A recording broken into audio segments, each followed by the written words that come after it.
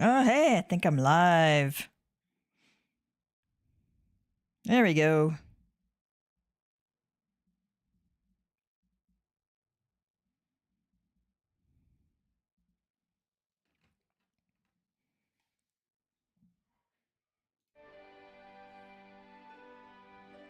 Hello, cats and kittens. Mama Cat Gamer here. Happy New Year to everyone.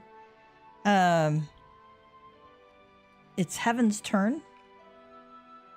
And so, you can find this guy in Limsa Limenza near the aft castle, Ethernet shard there. Hang on, I gotta turn my sound down in my computer.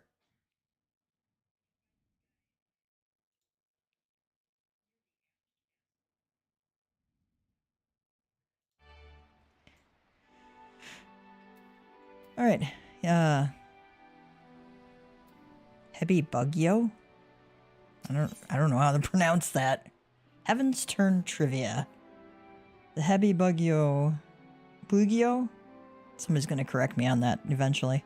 Wishes to test your knowledge of the Heaven's Turn customs. We are going to get into some more Final Fantasy. I'm having a brain cramp today. We're going to get into more of the post A Realm Reborn quest. And I really want to get through the Alliance raids today to unlock those for my daily roulettes because they give a lot of XP. Hebi says, My, you look ready for all manners of arduous journeys and feats of valor. An adventurer, perchance?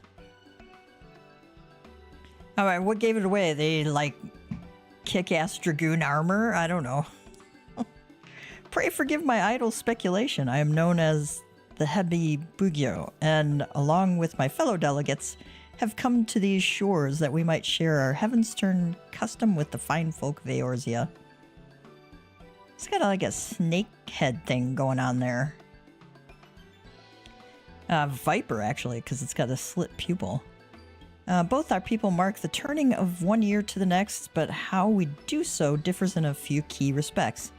In Eorzean tradition, the 12 choose one of their number to guide the realm throughout the coming year. In the Far East, however, custom dictates we honor one of the 12 noble beasts. This year's totem is none other than the Hebi, although the term snake might be more familiar to Eorzean ears. Where I hail from, this oft-reviled creature represents longevity and regeneration, owing to the miraculous manner in which the Hebi emerges anew, time and time again, after shedding its skin. That many and more may benefit from the noble beast's blessings, my fellow delegates and I have devised what we hope will be an entertaining little event. I present to you the inaugural Slithery Trivia Trial. Gav's going, okay? Participants will wend their way snake-like through the city streets and answer the questions posed by the trivia taskmasters they encounter. My kids are baking cookies in the background, so if you hear them talking, that's why. I have bid my sisters, the 3 Hebi Yoriki, await their charges at certain locations throughout Limsa Limenza.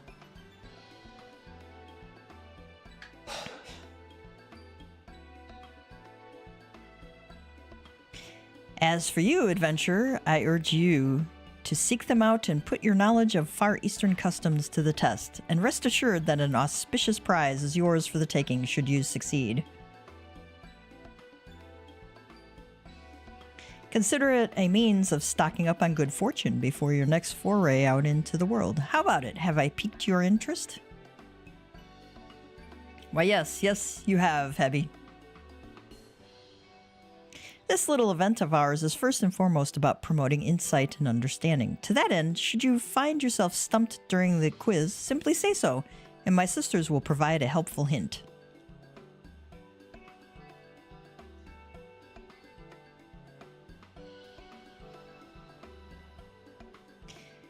If it is a perfect score you seek, you may also wish to speak with the Hebby Doshin and acquire the knowledge you need. The first quizmaster you shall face is the eldest of my younger sisters, the blue Hebby Yoriki. You'll find her a short distance north of here. Pray, shed your misgivings and venture forth.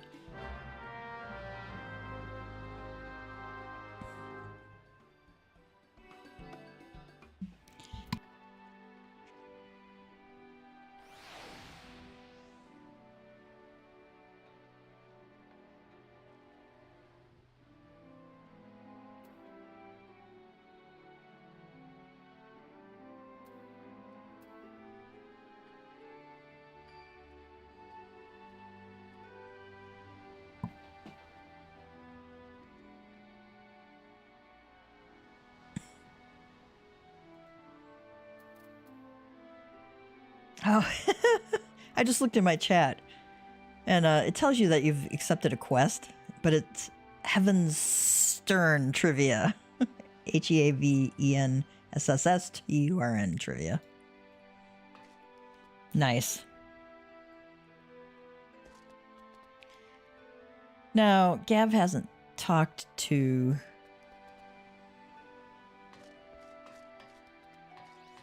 anybody in the Far East before, because he hasn't been through the Stormblood expansion yet, of course. So let's see what Hebby says. Good morrow to you, my lord. I am the Hebby Doshin, a member of a Far Eastern delegation come to share our traditions of Heavenstern with the good people of Eorzea. If there is aught you would like to know of this year's celebration, you need only ask. What do you do here? At the end of the year, a small delegation of our people will journey to Eorzea to celebrate the coming of Heavenstern, and in so doing, strengthen the bonds of friendship between Eorzea and the Far East. This year, our leader, the Hebby Bugio, has planned a uniquely entertaining quiz that delves into all manner of Heavenstern trivia. Pray, test your knowledge, and mark this most auspicious of occasions. What is Heavenstern? You are unfamiliar with this festival? The tradition has a rich history which dates back centuries, but I do not wish to bore you, so I shall keep my summation brief. Heavenstern is a celebration that marks the start of a new year, though the way in which it is observed differs from region to region. Here in Eorzea, it is said that the 12 select one amongst them to keep vigil over the realm until the next passing of the 12 moons. I believe this year it is Limlaen, Watcher of the Seas and Goddess of Navigation, who has been charged with this duty. In the Far East, however, the changing of the year is heralded by one of 12 totem animals. As you have no doubt discerned from my helm, this year we pay homage to the revered Hebby. I speak of the creature you would know better as a snake. I hope you don't have snake fears, guys. I come seeking knowledge. Say no more. Pray, listen carefully. We Far Easterners are fond of our superstitions, one of which concerns the Hebby, a creature said to bestow great fortune upon all who behold one. But Hebby are as multifarious as they are scaly, and while each species has their merits, white Hebby in particular are revered for their rarity. Yeah, just like any white snake, right? But there is one serpent that stands, or rather, slithers above the rest, and it is the fabled great white Tsuchinoko? I don't know. Tsuchinoko. Luck Giver Supreme. Oh, I missed that one. I'll read it. Traditionally, the people of Hingashi have used rice cakes to decorate their homes and represent the creature when praying for its blessings. Alas, in modern times, sightings of the real serpent have all but ceased. I wonder if he says anything else.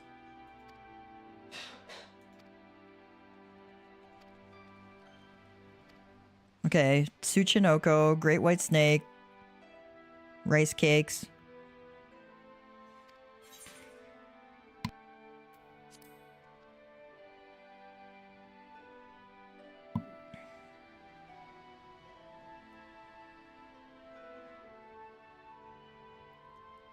All right.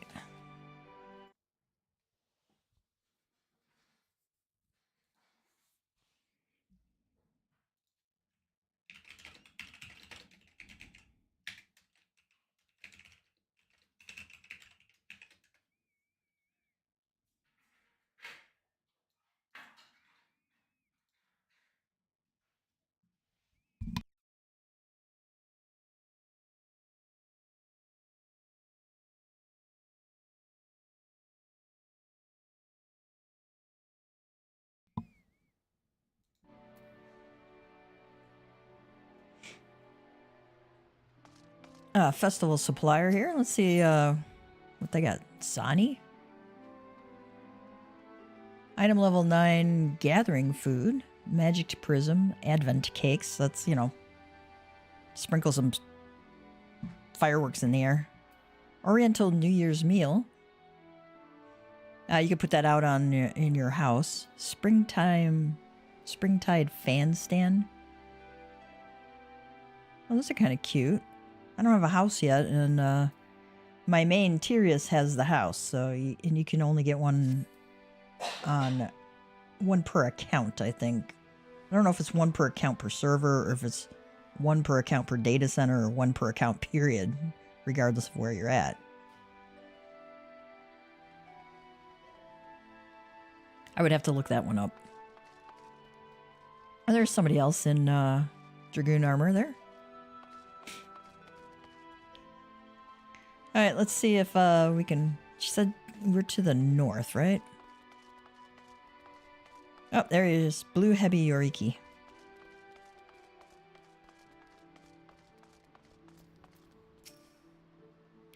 The bracing open air, the hustle and the bustle. What a marvelous place. I do hope my dear sisters and I get a chance to do some sightseeing. Oh, I keep getting caught up in the charms of this fair city. I have a question for you. Slithery trivia trial contender? Let me see. Ready? As you are no doubt aware, the snake is considered a most auspicious creature in my native Hingashi. But what blessing can one hope to receive from the humble Hebi? Fair fortune, good health, romantic fulfillment. I could do with some help. I'll get back to you later with my answer. Romantic fulfillment. I'm going to pick romantic fulfillment, even though it's going to nuke my 100% there. I'm afraid that's not quite right. Don't get me wrong. I'd be more than grateful for a little luck in matters of the heart. But I digress. The correct answer was fair fortune.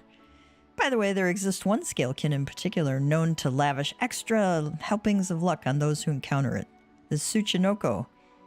Where other serpents are sleek and slender, the Tsuchinoko is broad and bulbous. Alas, few have ever laid eyes upon its decidedly unsnake-like form. Anyhow, that brings my section of the quiz to an end. You'll find my younger sister, the yellow Hebi Yoriki, by the Drowning Wench. Pay her a visit for the next round of the Slithery Trivia Trial.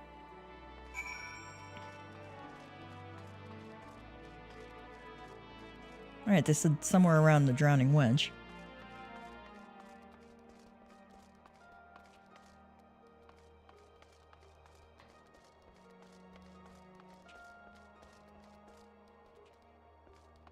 Oh, speaking of, I gotta turn that quest in.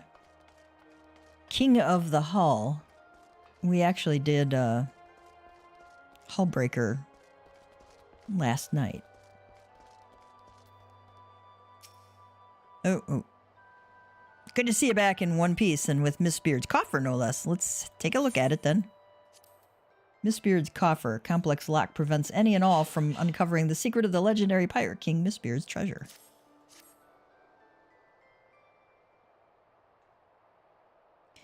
The lock's still intact and there's no sign it's been tampered with. You did good, adventurer. The chief will be right pleased. And indeed he is. I knew that you wouldn't disappoint me, my friend. You have my gratitude. Now, you're curious as to the contents. I do not doubt. Having risked life and limb to retrieve the coffer, you're more than earned the right to that knowledge. The coffer holds the secret to Miss Beard's identity. I wonder who it could be. Menacing, is it not? This mask, my friend, has been worn by all the individuals who have borne the name Miss Beard. Aye, Miss Beard was not one man, but many. For generations, both name and mask have been inherited by those deemed worthy, and so the legend continued. But now that legend will come to an end, for the last Miss Beard has found a new purpose in life, one woman and her dream of a brighter future for Limsa Lominsa. As you know, ours is a nation founded by pirates. It's in a Lominsan's blood to desire to be his own master, to reject authority and take what he wants. Some among us believe that piracy is a time-honored tradition, but so long as we cling to this tradition, we will never know lasting prosperity. These were the woman's words, and Miss Beard saw wisdom in them. He swore to do all in his power to make her dream reality. In the future she envisioned, there is no place for pirate kings but in the tales of fishwives. And so Miss Beard has chosen to consign himself and his predecessors to the pages of history. And basically serve as her XO. This mask symbolizes an obsolete way of life, yet it is not without power. Should it fall into the wrong hands, another Miss Beard will rise. Hot-blooded Lominsans will gather to his dread banner, and piracy will continue. The mask will never see the light of day again. On this day, the Pirate King Miss Beard draws his last breath. Denston, I trust you know what to do? Aye, aye, Chief. Give me a bit of time. The rumors of treasure will fade just like the mist clearing.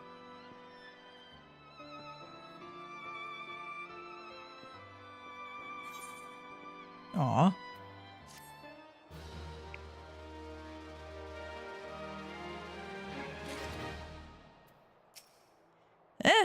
Who's the last Miss Beard, you ask? 7 L's, you're a right daft sod, ain't you? Me and the Chief was as subtle about it as a bleeding sledgehammer. I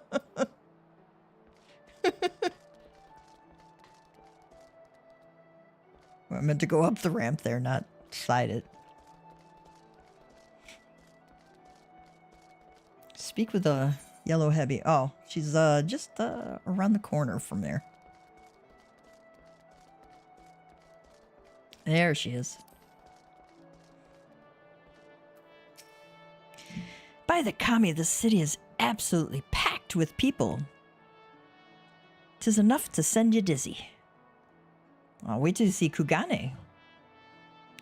Give me a moment, contender. You're aware that the snake is a symbol of luck, yes? Well, some snakes are luckier than others, and they happen to have one thing in common. Their color.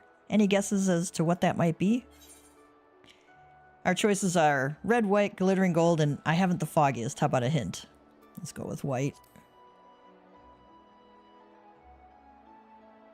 I apparently thought of... Very good. White is the correct answer. White snakes are rare, mystical creatures, hence the association with good fortune. But when it comes to rarity and mystique, there's one snake that deserves special mention. The elusive great white Tsuchinoko. In times past, people would pray to the lucky serpent in the hopes of receiving its blessings.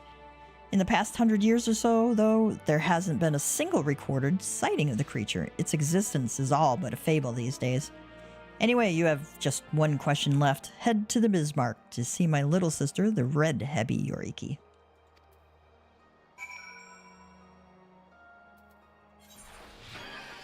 Yep, didn't mean to do that. I have an Azeron keypad, which fits my hand really well, but I've got arthritis in my pinky and ring fingers, and so when I put my hand into the keypad, like I hit the second win button frequently. Fortunately, it's not a big deal.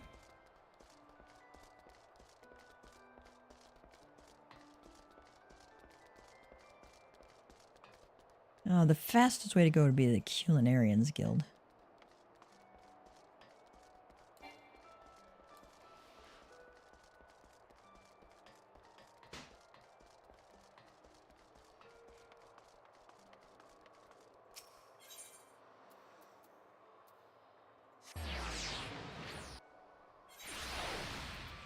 let's go up there.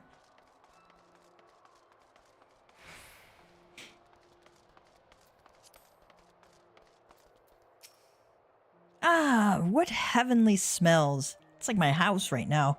It's like they're making sugar cookies to use up the cookie dough. And oh my god, it smells great in here. Ah, what heavenly smells. I must remember to visit the Bismarck and pick up a few tasty treats for my sisters. There you are, contenders. I've been waiting for you. I hope you're ready for the last question. I assume you heard all about how we Far Easterners used to revere the great white Tsuchinoko, yes? I'm guessing my sister also told you how there's been nary a sighting for over a century now. A crying shame, I tell you. Still, the people of Hingashi, being the resourceful people they are, found a suitable surrogate to pay respects to you during Heaven's Turn. Any ideas as to what they might have turned to? You could choose rice cakes, eggs, a moogle. A nudge in the right direction would be much appreciated. On second thought, I'll come back another time. I gotta pick a moogle. Moogles are those furry white pig-like creatures you have here in Eorzea, yes? You're not far off with the color, but we're not too familiar with the fuzzy little devils in the Far East. Fuzzy little devils is the right term. No, the correct answer was rice cakes. When I say cake, you probably think of something nice and light, but the rice cakes we decorate our homes with during Heaven's Turn in Hingashi are rock hard. We take one pebbly hard rice cake and stack it on top of another. You have to use your imagination a little, but they're supposed to look like the great white Tsuchinoko itself. Well, that brings us to the end of the Slithery Trivia trial. Thanks for taking part.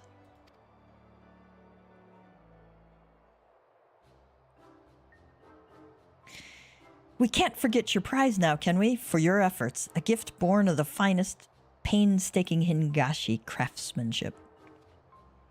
And it'll be all yours in a matter of moments. Hold on,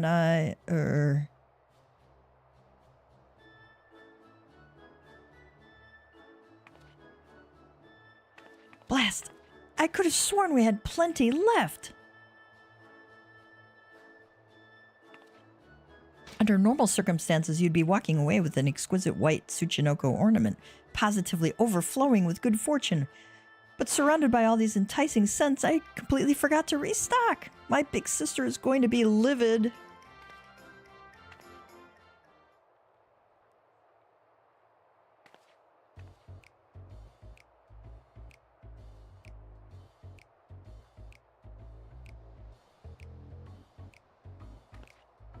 Oh ho! Seems there was one left after all. Whew. Sorry about all that. Anyhow, it's all yours. Oh, and, it's impertinent to even ask, I know, but could I trouble you to tell my sister, the Hebi Bugyo, I mean, that I've run out of prizes? I'd happily fetch more myself, but I ought to stay here just in case another trivia challenger shows up. So, can I count on you? We're such an accommodating, little adventurer, right? Much obliged. May the kami guide you.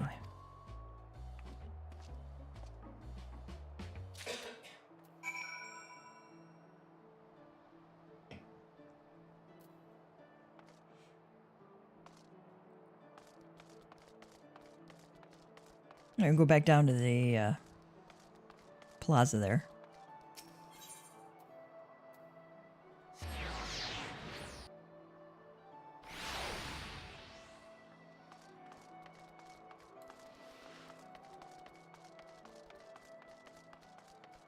It's a cute little quest line.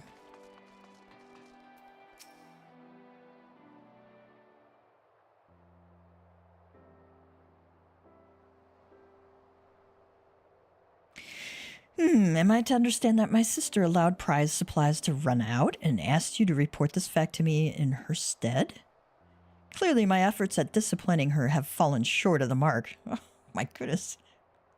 I'm sorry I ran out of stuff for you. Goodness. I must redouble my efforts.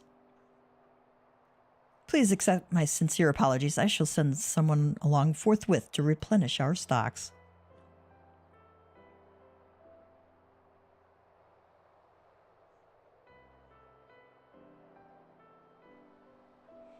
Ah, what have we here? Did you perhaps drop your prize?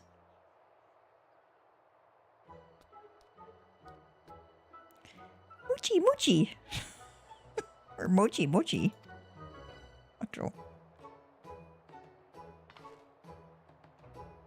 By the kami! Our prizes may be exquisitely crafted, but they are mere ornaments. They do not possess the faculty for speech or locomotion, I can assure you. Which leads me to think, could this be the fabled great white Tsuchinoko of yore, unseen and unheard of for generations? To think I'd live to see the day! What a wonderfully auspicious occasion this is! But I must say it is passing strange that the great white Tsuchinoko should appear in Eorzea of all places. Perhaps it found its way on board our delegation's vessel before we set sail.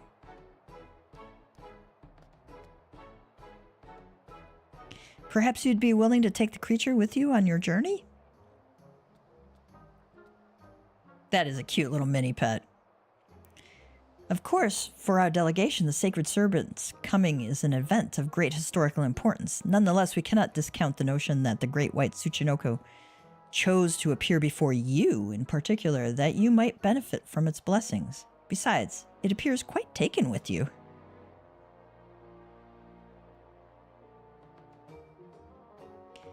Mochi!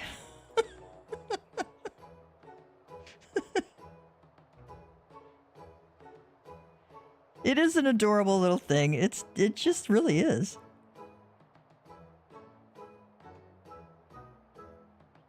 And hello.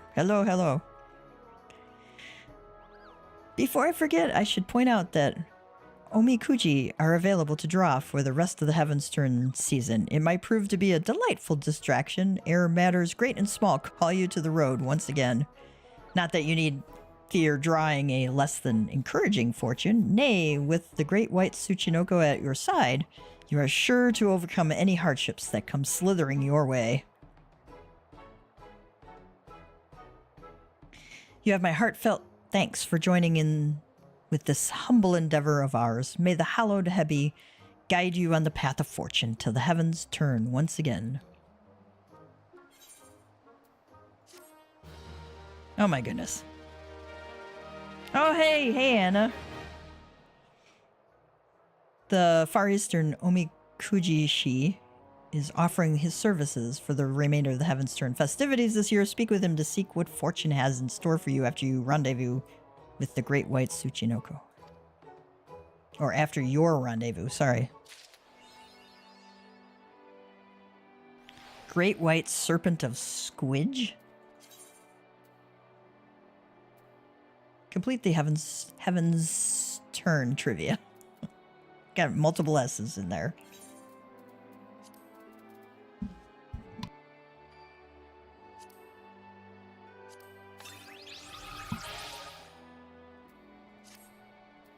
All right, let's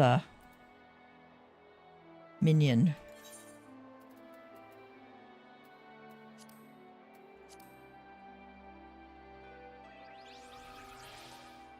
I gotta find him.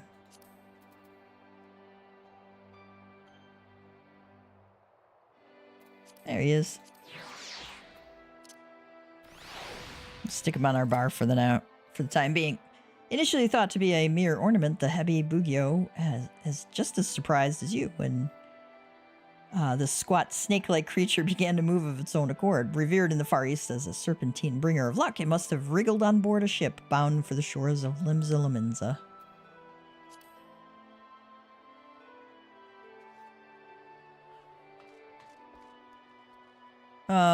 Let's see what fate awaits us. Far Eastern Omikuji-shi. I don't know if I'm pronouncing that right. Greetings, my friend. I deal in omikuji, traditional Far Eastern fortunes. Would you care to draw one? Sure. Learn about the omikuji-shi. I am but a man who, over the course of many winters, has come to find himself enthralled by the mysteries surrounding the number 12. The 12 beasts of the Far East, the 12 deities of Eorzea, and the 12 surnames of Viera males. Do you not find your own curiosity piqued by how the number appears in myriad cultures around the star?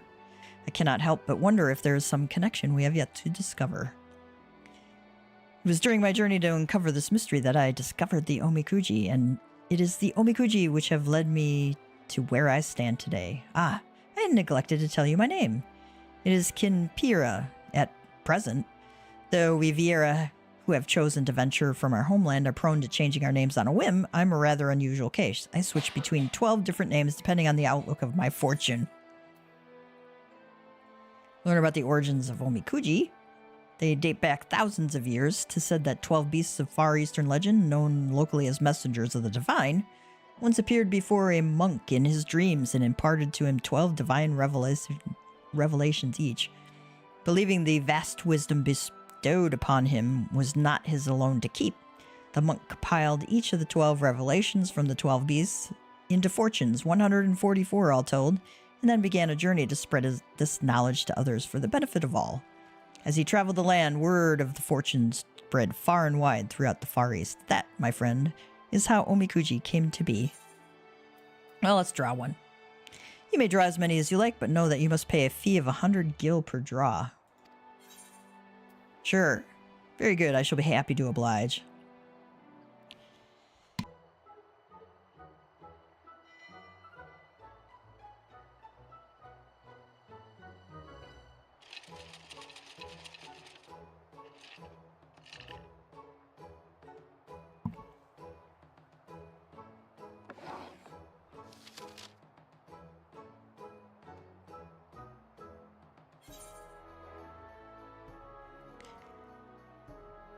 All right. Thou shalt experience... Make sure my mic's on. Thou shalt experience moderate fortune. Keep these words of guidance in thy heart. Adventure, rejoice in the 12, and thy revels shall not go unrewarded. Relationships, share without reservation. Thy virtues will be rewarded. Prosperity, now is an auspicious time to find a new home. Seize the opportunity. Conflict, neglect not thy provisions, and victory shall be thine. Favor, be steadfast like unto the keeper, and thou shalt not be led astray. Yeah, I'll take it. You'll be unable to review the contents of your fortune before closing the window. Are you sure you would like to proceed? Yeah. How did you fare? Whether it was the desired result or otherwise, I pray the words imparted by the fortune serve to guide you in the coming days. I might draw one later just for fun.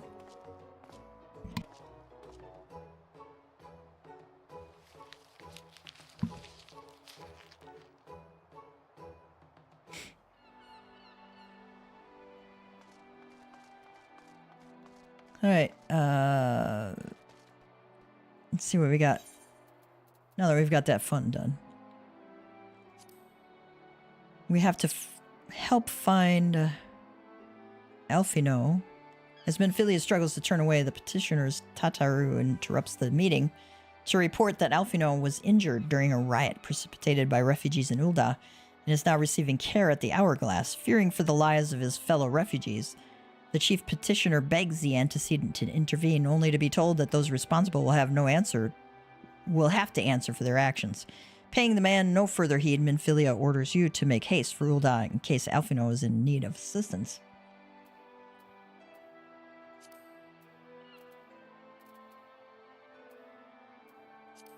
The Wrath of the Karn, not easy being green. Blood for stone. Legacy of Alec. According to Rambros, the entrance to the Crystal Tower is guarded by potential elemental defenses which will need to be circumvented before any expedition into the structure can be attempted. Sid's research suggests that the wrath of the elements can theoretically be reflected by crystals of sufficient clarity. Unfortunately, such flawless specimens are most likely to be found in the midst of the various beast tribe strongholds and will not be had without a fight. It falls to you to find a flawless earth crystal from Ugamaro mines in outer Lenosia and a flawless water crystal from the Sapsa spawning grounds in western Lenosia. Alright. I'm going to click that to keep it near the top.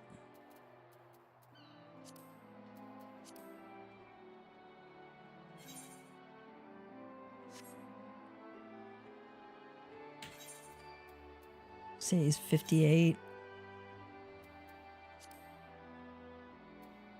Both of them are 58. All right.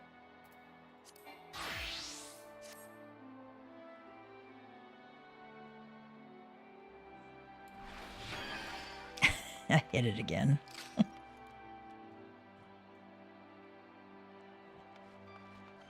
I do want to double check make sure my gear's mended before we venture forth. I think it is, but it's always good to make sure.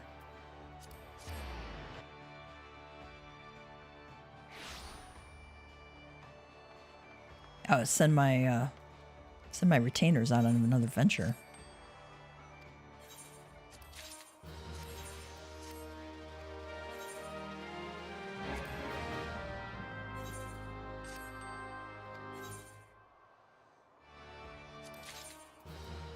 Raptors. Of course, they get raptor skin shoes. How appropriate. I wonder what they look like.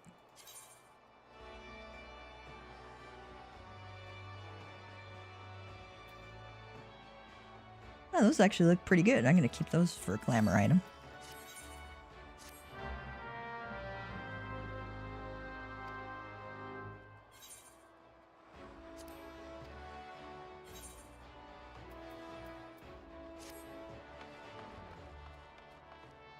Every now and then you get like really cool items there.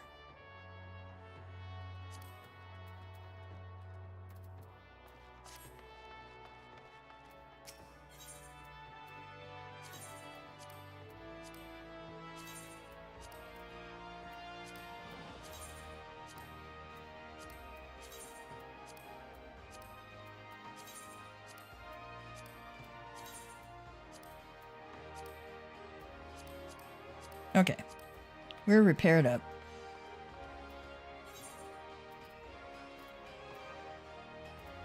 Let's go to Camp Overlook.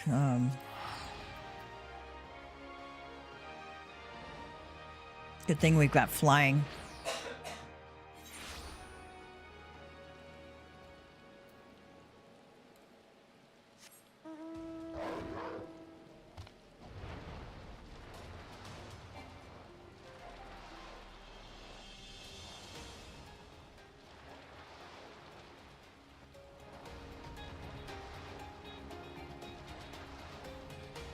Mount can fly no higher.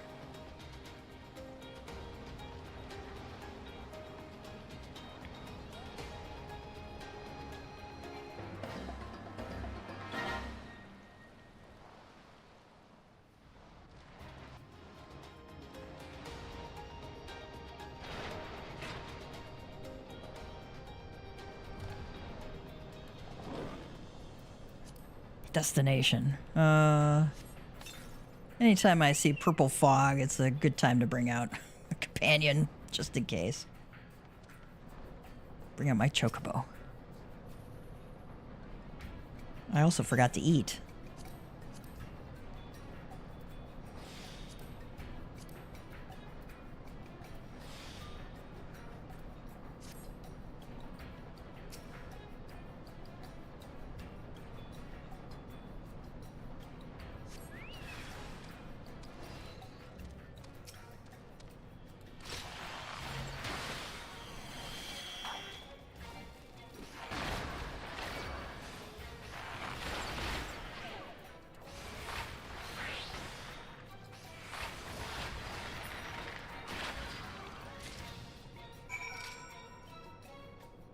All right, we got that done. Let's get out of here before we aggro anything else.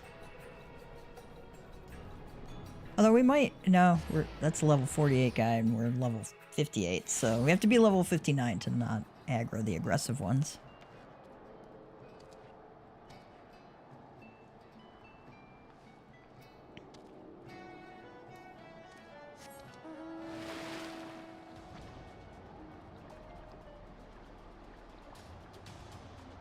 This is the amount you get for getting 10,000 points in ocean fishing, which I got super lucky and got the first time I did ocean fishing.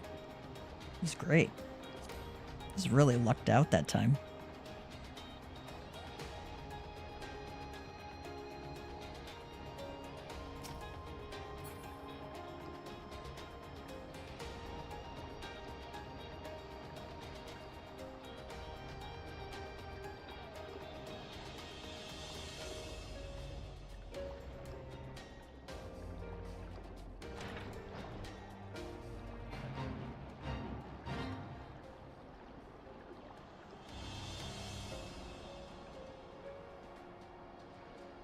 You go up top and then go down.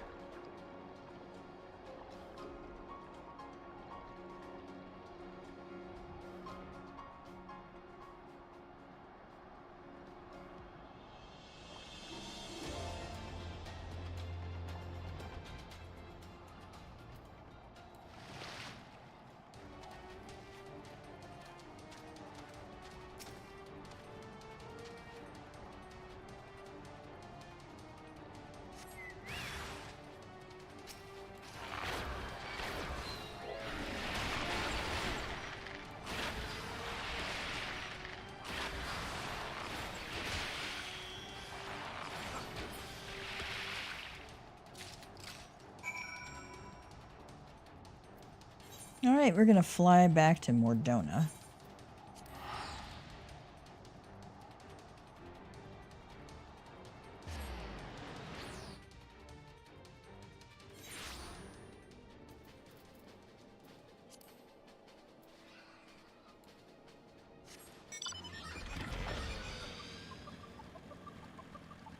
So the crystal tower is literally this crystal tower up ahead that we're trying to get passage into.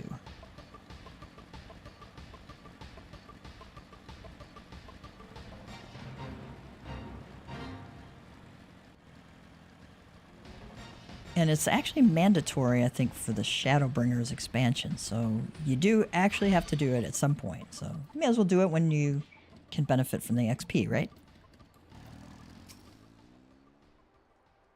How progress your efforts in infiltrating the Beastman strongholds? There, have a couple of flawless crystals. This unblemished earth crystal is the main component used in the ritual the kobolds performed to summon Titan, and the unblemished water crystal is the main component used in the ritual the Sahagin performed to summon Leviathan. So, these are the famed flawless crystals of the beast tribes. I've seen countless specimens from I know not how many excavations, but nothing to compare to these. Their purity is astounding. You've done well, Gav. With these in our possession, we lack only the crystals of fire and wind. The former lies in Zaharek, the war camp of the Amalja and Thanalan, and the latter in Nadalin, the roost of the Ixal in the hills of Kurthus. You can expect them to be as closely guarded as the first two, if not more so. Still, I look forward to receiving word of your resounding success.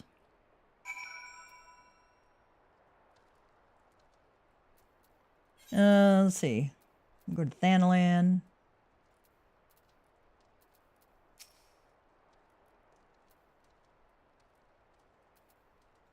I think Little Alamigo is probably the closest of the two.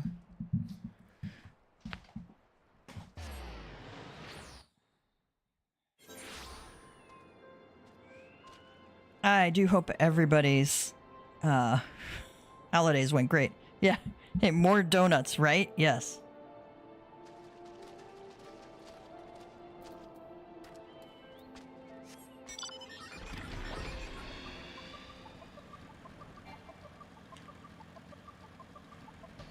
I have two favorite donuts.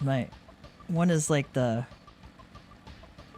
glazed cake donut one, the sour cream ones, and then my favorite, which you can only get in Wisconsin, is southeast Wisconsin, where I grew up at, it's called the Cyclops, and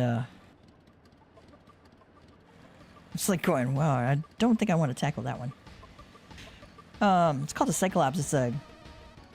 It's a yeast donut it's like a ring donut, but it has a little piece of donut in the center of it added in, so it's not a true ring donut, but it's glazed with chocolate, and then in the center part where the little other donut bit is, they put a big dollop of buttercream frosting in the center. So you got this white in the center of this brown, and so they call it a Cyclops. I'm not going to get away with, I don't think, without aggroing this guy, but we can try.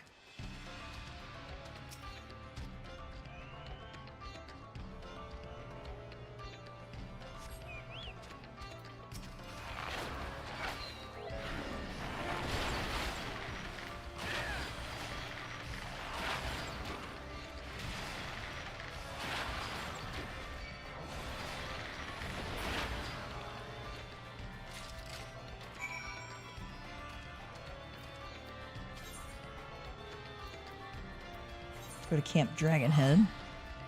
Yeah, we looked out there. I was pretty sure I was going to aggro him getting that close. I think their Cyclops are unique to that section of the country. Or it could be unique to that specific group of bakeries in Kenosha, Wisconsin. I don't know. But I've never seen them anywhere else. Maybe they have them in Chicago or Milwaukee. I'm not sure. But yeah, they are really good.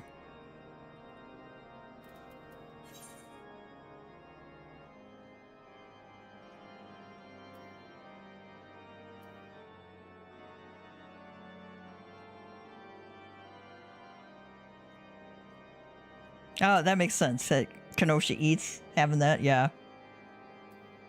I mean, I'm sure it's not hard to make. I mean, I'm surprised it hasn't been, you know, exported to other places. Although I think probably every city has their own, like, specialty donut kind of thing. Or specialty, I don't know, dessert.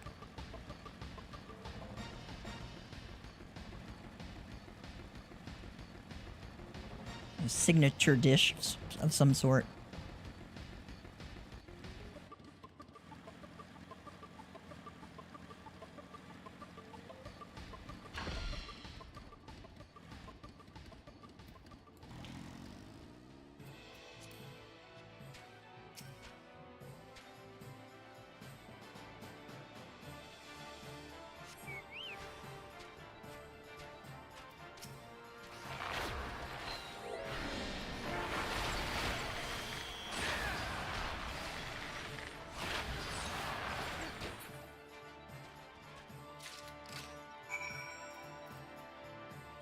Back to Rambros.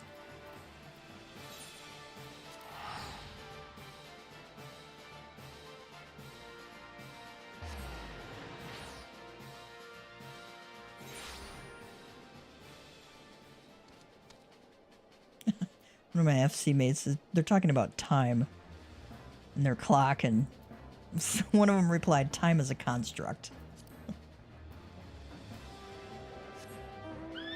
It's probably correct, actually, if you want to be technical.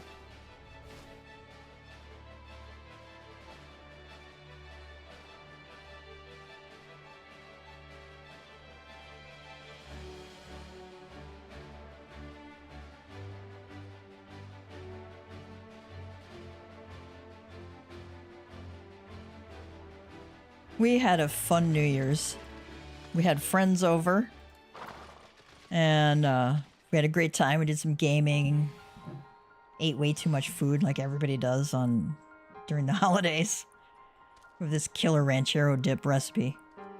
And we actually gamed in the new year with a friend of ours that we hadn't seen in quite a while.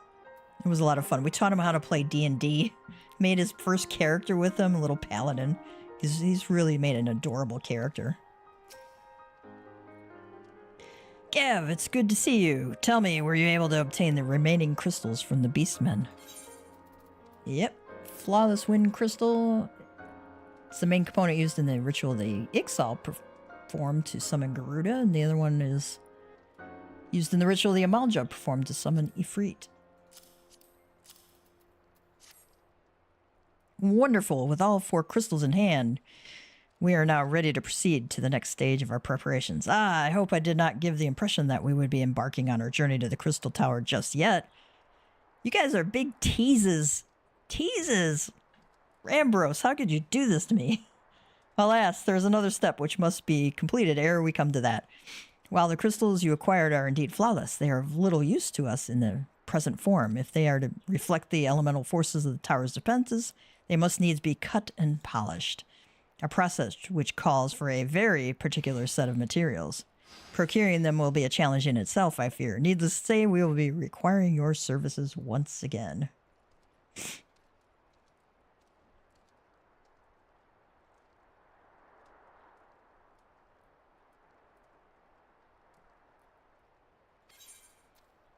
Oh, we got grade 5 dark matter. Let's see, you could sell it for 3 gil. I might be able to use it to repair armor, I'm not sure.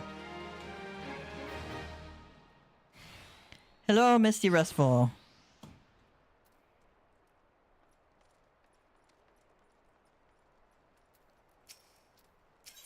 Welcome aboard.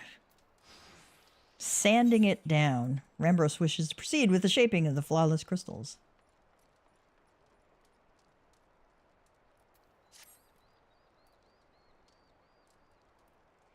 If the flawless crystals you procured for us are to retain their elemental purity during the shaping process, a very specific set of abrasive substances will be required.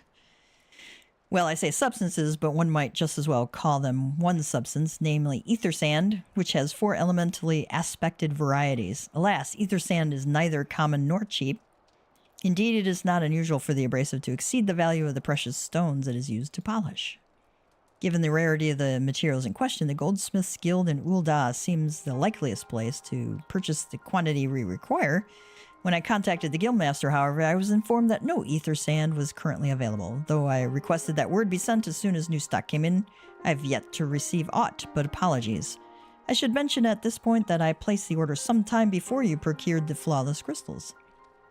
I'm well aware that acquiring ether sand is no small feat, of course, and I am not an impatient man, but I fear the more we delay our investigation, the greater the risk that the tower's secrets may fall into the hands of other, less savory parties. Nope, still haven't gotten into the Crystal Tower yet. I made it just in time. Yeah, I would have messaged you. Sly Fox has offered to join me in doing the Crystal Tower Alliance raids when I unlock them. I got on really, really late. Like, I slept until 10:30 today because I didn't go to bed till 3.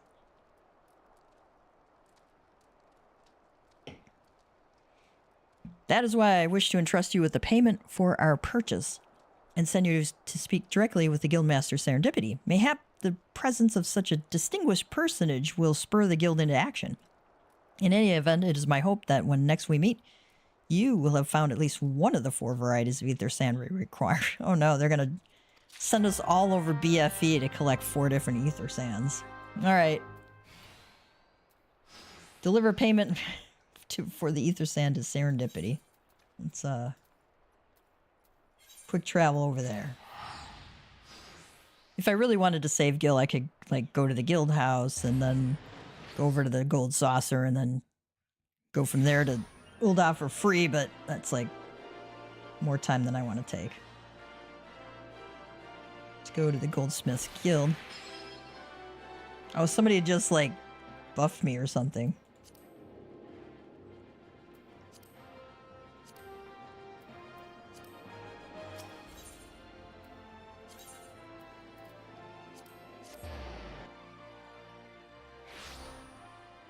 I didn't see who it was, unfortunately.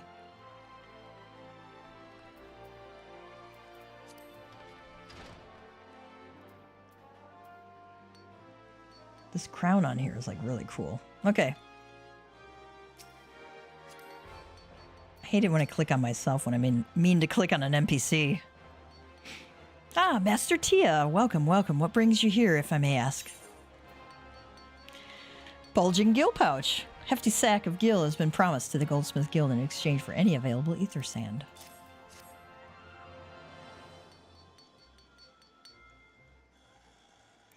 You're here on behalf of the Sons of St. Koinok? What fortunate timing. I was about to contact Master Rambros with the news that we've finally managed to acquire a quantity of fire-aspected ether sand. I'm afraid it may be some time before we can supply the other 3 varieties, but you are welcome to settle accounts for that which we have now. Pray speak with Jemima over that. Oh, I do beg your pardon. It seems she's assisting another customer. Come on, there must be something you can do without that sand. We'll have to rethink our whole design. Jemima says, I sympathize with your plight, sir, but as I explained, the ether sand in question is already spoken for. If you'd like to reserve the next shipment, then I would be happy to accept the funds you've offered as partial payment. Partial? Are you saying it's not enough? I'm already stretching our research budget as it is. I suppose a man can do without a midday meal for a year or 2. Haven't gotten into the Crystal Tower yet, huh? Yeah. Oh, sorry, I'm just reading an old message. I apologize. Gav, it's been too long. What brings you here then? Got your eye on something expensive, have you?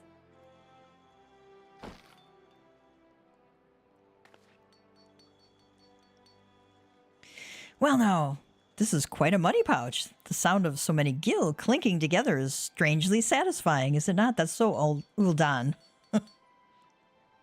Calming and yet invigorating at the same time. Oh no, you're here for the blooming ether sand, aren't you? Well, I can't deny the Allagan civilization's a subject worth researching. The chief said he was looking into something big, but we never thought to ask him what. Wedge and I have been too busy tinkering with the new airship design to think of much else, see? Well, I say tinkering. Wrestling would be more like it. Still, after much wringing of hands and gnashing of teeth, we've managed to put together a prototype crystal-powered propulsion system. We got the idea for it when we heard how you lot had used a corrupted crystal on board the Enterprise, as a matter of fact.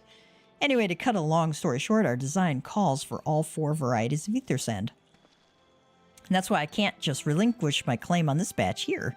Even for you, lad, how are we supposed to usher in a brave new age of technological innovation, if not by technologically innovating, eh? Ahem. While I hesitate to interrupt such an impassioned speech, duty compels me to point out that this gentleman is a representative of the organization that reserved the ether sand in question. What? Hang on. I clicked it too fast. To mention nothing of the fact that his purse is considerably larger than yours. Big says, "Ugh, it's like that, is it? Ugh. All right, this batch is yours. I'll let you have it. But if you're going to take my sand, it's only fair that you grant me a role in this project of yours. I'll take that as a yes. It's not every day you get a chance to experiment with the wonders of the ancients. With any luck, they'll inspire me to think up another technological innovation or two."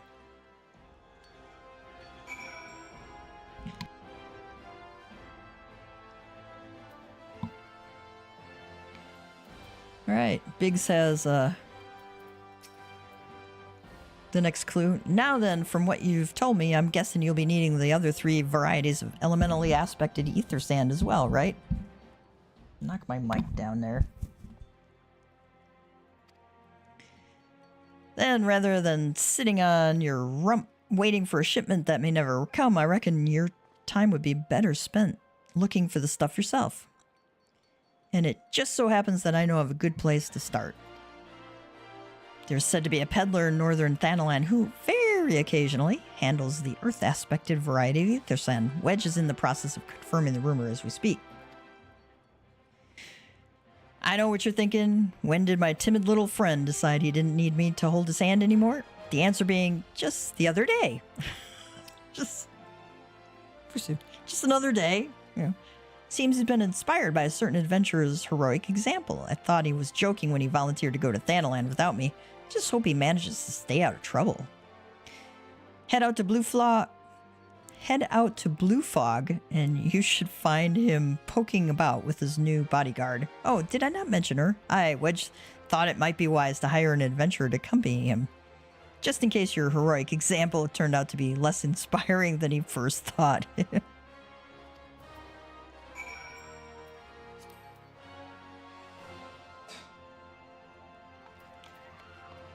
All right.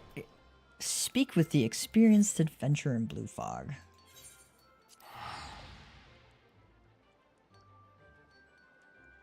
Wonder if it's Tataru.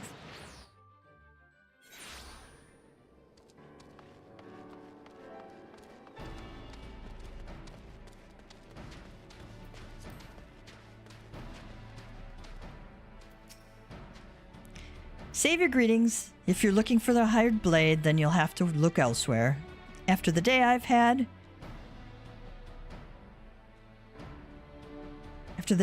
the only company I crave is the squat, silent type. The type that has a handle and holds no less than a pint of ale.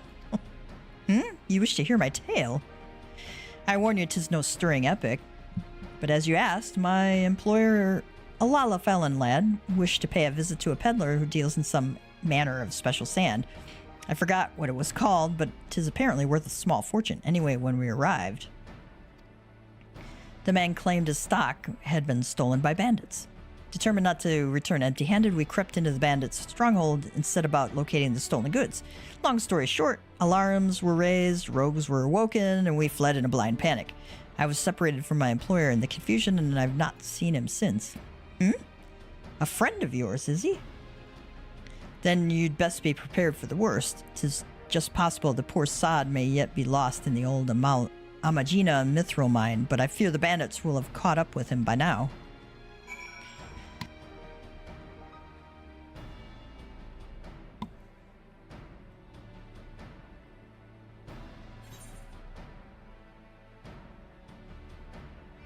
Alright, so we gotta go up that array.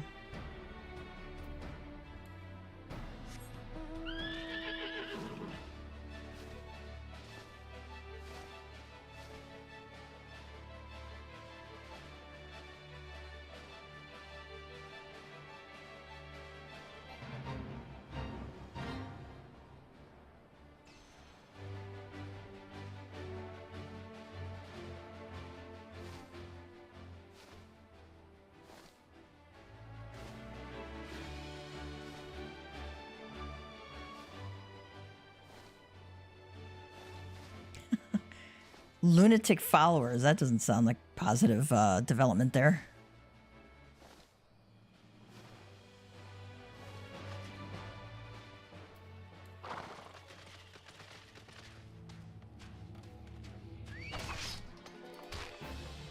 I'm gonna draw him in here.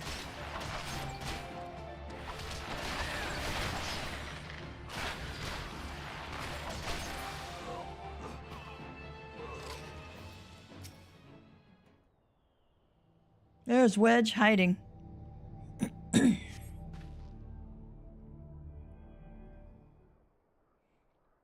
How could I be so stupid sneaking into a bandit's lair? It's just not the sort of thing I do, and now I'm going to die for it. No, I just need to calm down. I can do this. I can be brave. I'm going to stand up and I'm going to walk out of here. Here we go.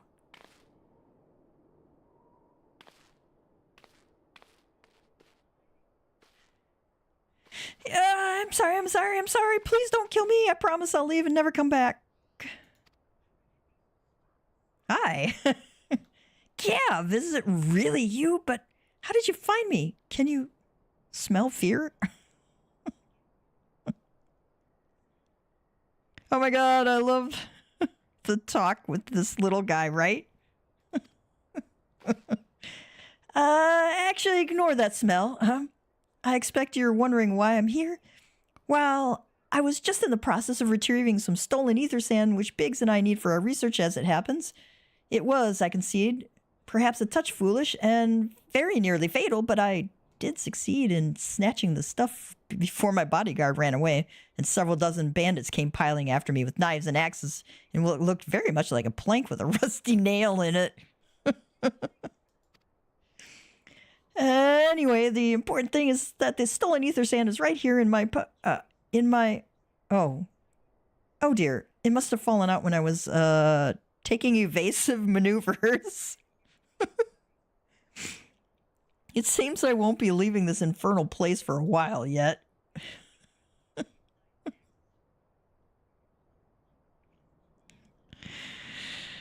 Edward loves the "can you smell fear?" Yeah, right? Do we really want to know what that smell of fear is exactly? I'm sure we can guess. You'll find the ether sand in my stead? Oh, thank the gods, you're a true friend, Gav. I hope the search doesn't prove too troublesome. The bandits don't seem to care much for visitors. You think?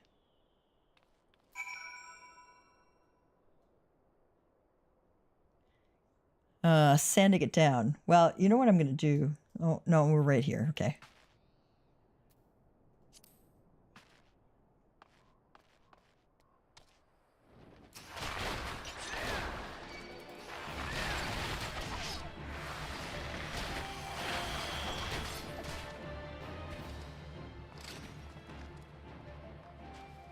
We're gonna go behind him.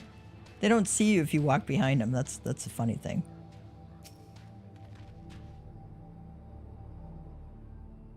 And of course, we can't interact quickly with it. We have to interact very slowly.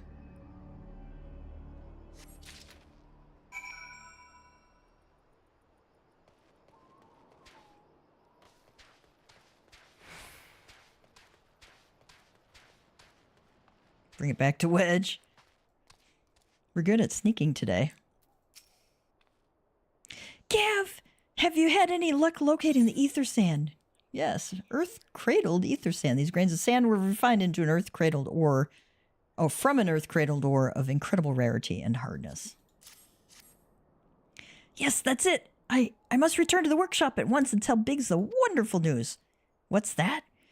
You're also on a mission to collect ether sand and you're working with the chief? Treasure trove of Allegan knowledge, you say? I see. Then you should really be the one to have this. Biggs and I are far from exhausting all possible avenues of airship innovation, but it sounds as if your problem can't be solved by any other means. This expedition of yours sounds jolly interesting. I must say, I'm half inclined to join you. In fact, I think I will. Any venture worth the chief's time must be worth a look. Right, I'm more than ready to leave this awful place behind, and you should return to Mordona with that ether stand before there are any more, little mishaps. Be sure to keep a close eye on your pockets, Gav. Okay. Deliver the ether sand to Rambros. Alright, I think we'll just quick travel out of here instead of walking out and aggroing a bazillion enemies there.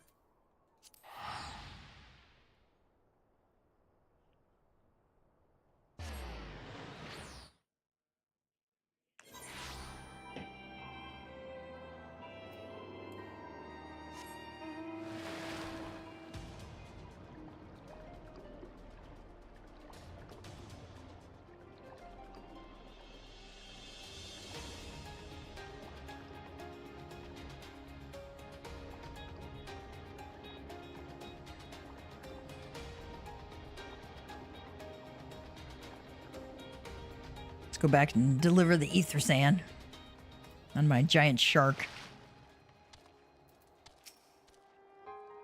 Rambro says, Gav, you have returned. I take from your presence that you were successful in procuring us some ether sand. Tell me, which variety did you find? Fire-kissed and earth-cradled.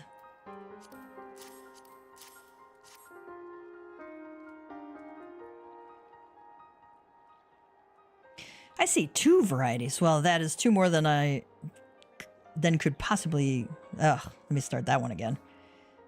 I see 2 varieties. Well, that is 2 more than could reasonably be expected, and 2 less than I had hoped you would say. Forgive my flippancy. You've done well, truly.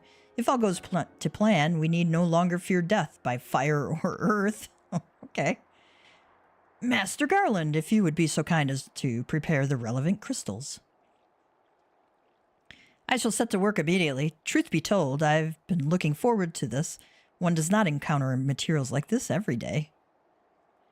Speaking of which, now, how in the 7 hells did you find them? Mistake me not, old friend. I know only too well how capable you are, but ether sand isn't something you simply find gathering dust at the back of a merchant's rare gem cabinet. You had help from Biggs and Wedge? Well, no, we didn't really have much help from Wedge, but okay. Or Biggs, for that matter. Trust them to design a revolutionary new engine the moment I turn my back. How's a genius meant to rest on his laurels when his employees are so damnably inventive, eh? And now they're determined to join us, are they? Typical. Of course, it will be good to have them around. Still, as a matter of professional pride, let's endeavor to procure the 2 remaining varieties of ether sand before they arrive, shall we? Tell me, Rambros, have we any information on where the water and wind aspected types might be hiding? Not as of yet, but I have made certain arrangements. We shall soon see if my efforts have borne fruit. Sid says, forgive me for observing, but you seem less than enthusiastic about that prospect. If there's a complication, I'd rather we discuss it now than risk jeopardizing the expedition.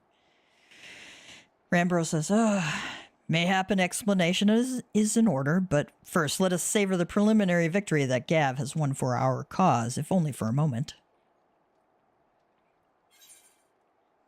I think I'll take the Allegan silver piece. I don't think I can sell those materia for much on the market board. A performance for the ages. Rambos wishes to discuss the procurement of the outstanding varieties of ether sand. Get some X potion. That might be good to have. We're going to accept. Yes, I must speak of the arrangements I made to acquire the 2 remaining varieties of ether sand. Some days ago, I asked a Charlian acquaintance of mine to travel to Gridania and there gather the necessary materials. Since that time, however, I have heard nary a whisper from him.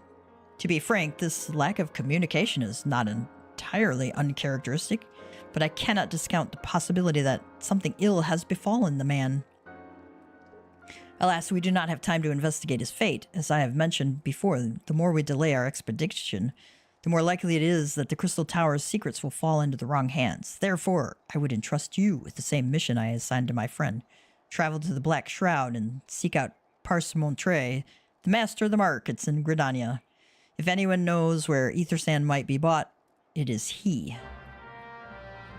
Too bad we don't have any eel pies to give to him. Ugh.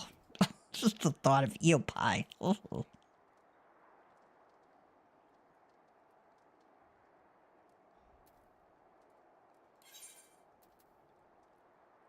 Off we go to New Gridania.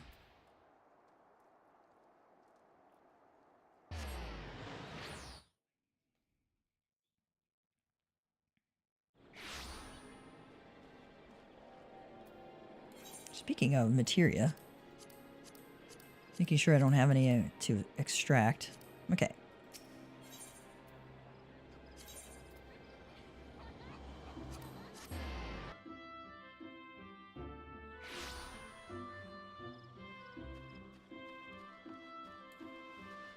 We'll see if Parsemontre is parsimonious.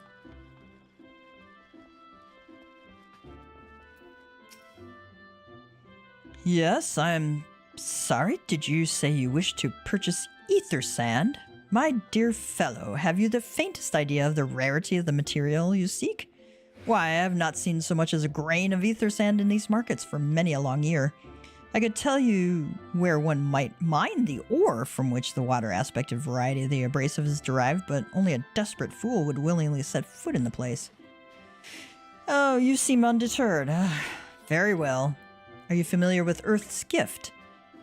That is where the ore is to be found, in an area inhabited by a particularly pernicious hog. Should you encounter the betusked nightmare, you will know that you are in the right place, albeit at the wrong time. Farewell. It's like, good luck taking out the enemy.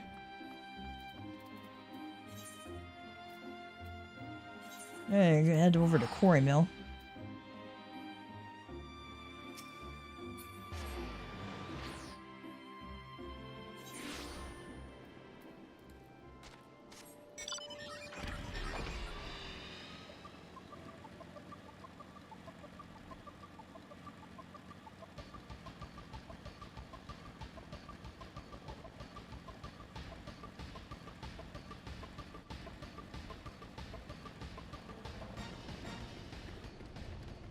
See if we can see where it is. Hulking hog carcass.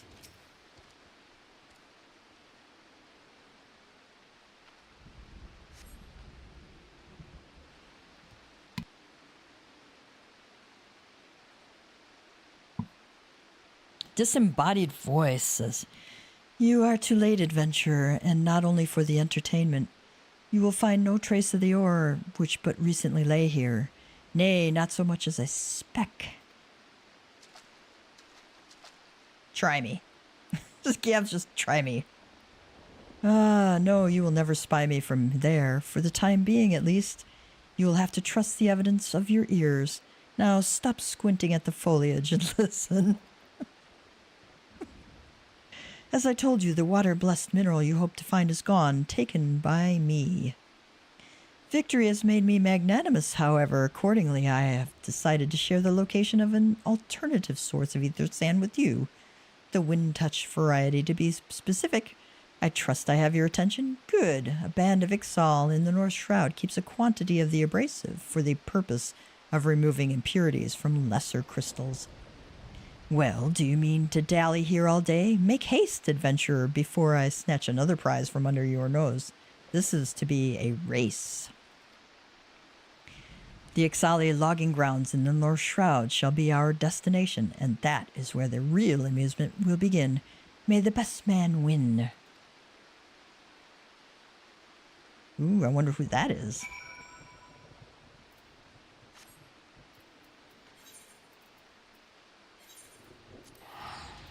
All right, go to Fallgourd Float.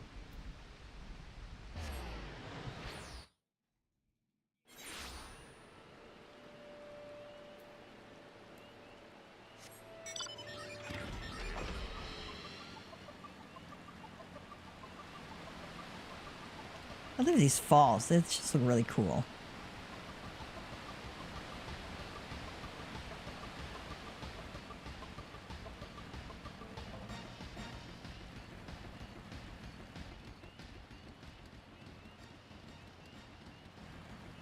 I see some danger there below.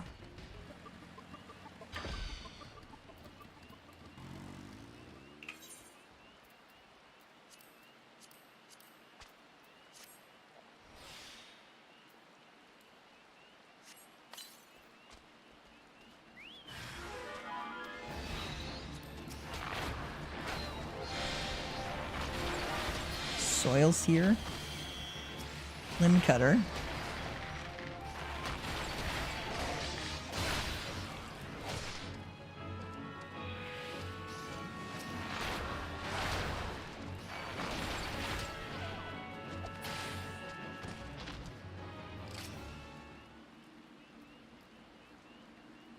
I mean, I don't know why we have to spend so long picking up a bag.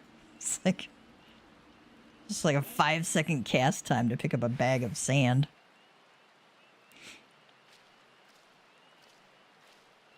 Bravo, that was quite a show, adventurer. Why, the spectacle proved so enthralling that all thoughts of ether sand slipped my mind. I appear to have forfeited our little race. Congratulations. The wind-touched abrasive is yours. And yet, having been treated to such a memorable performance, I cannot help feeling that the greater prize is mine. This inequity must not stand. I insist that you accept a token of my appreciation. Payment for this entertainment shall be waiting for you to the east in a clearing within Proud Creek. Pray retrieve the gift ere it is crushed beneath the iron feet of the Dullahans. Uh-huh. Sure, you have a gift for me.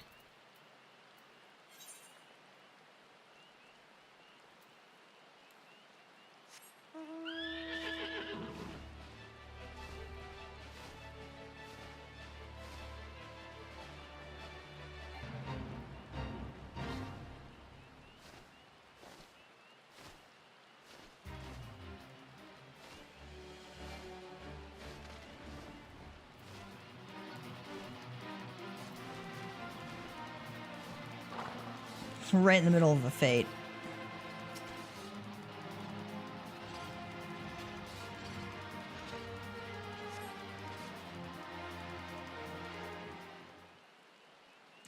Not what you were expecting. I took the liberty of refining the ore from Earth's gift into ether sand. Do keep it safe, adventurer.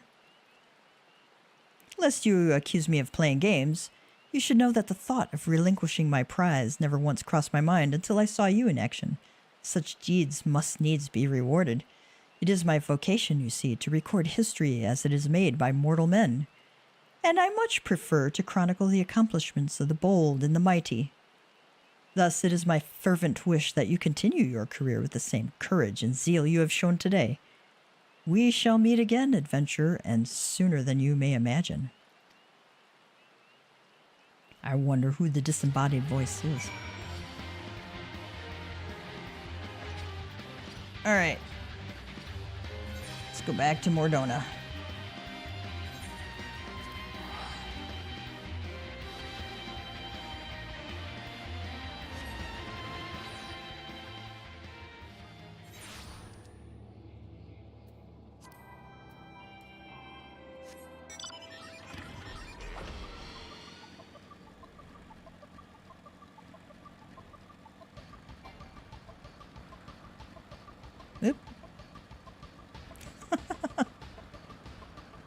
Can't fly any higher.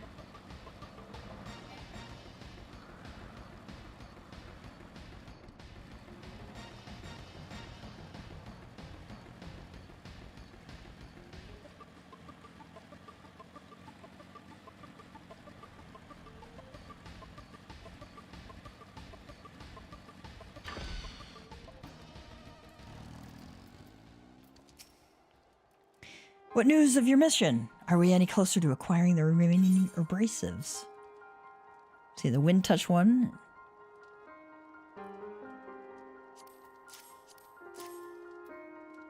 Wind touched and water blessed. You've brought both? I shall have Master Garland begin work on the crystals immediately. Let's see what I got. Is my high potion better? Oh, yeah, I would definitely. Let's do the X potion. That's actually useful.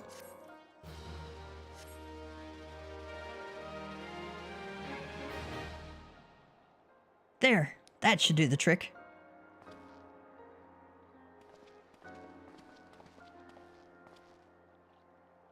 Excellent work. We now possess all 4 of the fangs required to pierce the Crystal Tower's defenses. My compliments, Master Garland. Sid says, oh, it was a trifling matter, I assure you. Gav here is the one who should be thanking. Gav here is the one you should be thanking. Anyway, by my reckoning, there's nothing stopping us from striding up to the Allagan's front door. You can't go without us, Chief.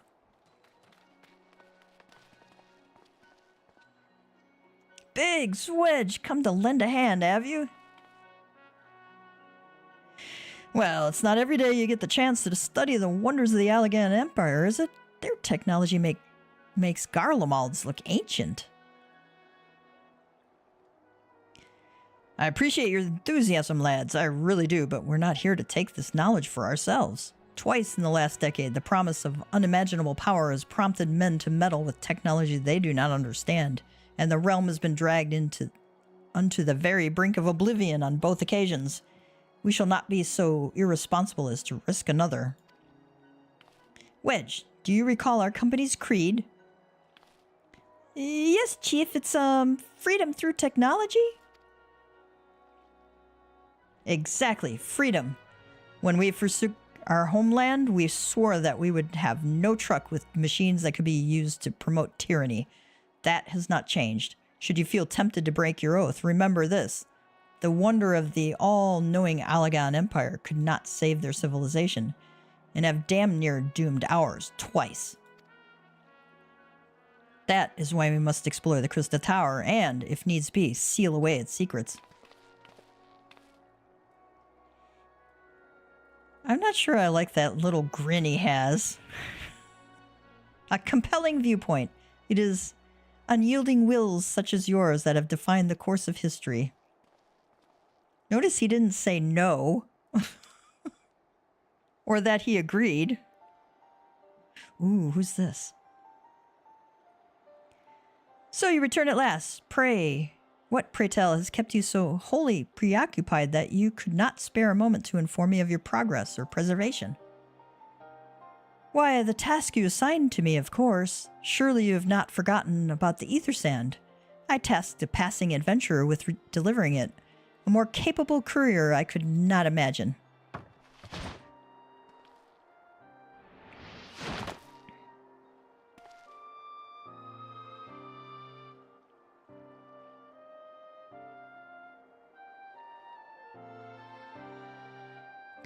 Greetings, adventurer. Did I not say we would meet again? I believe an introduction is in order. I'm Grahatia, one of the students of Baldessian. I look forward to joining you on your groundbreaking expedition.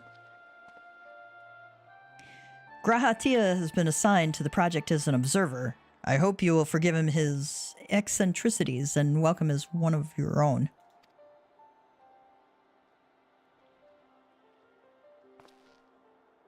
So then, our fellowship is complete and all stand ready to step into the unknown. 3 cheers for Noah!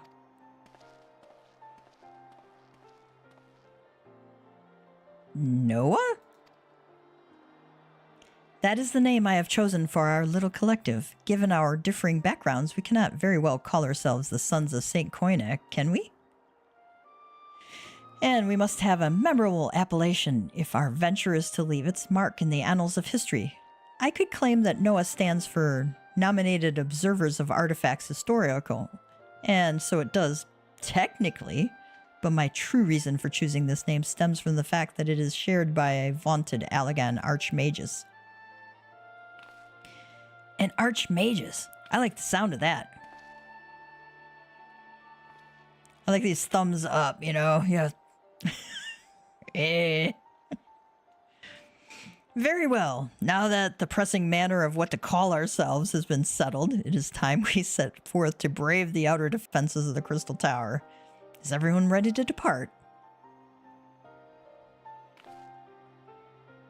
It's a heavy bag. There you go. It took us 5 seconds to pick it up because it's heavy. Ready, says Noah.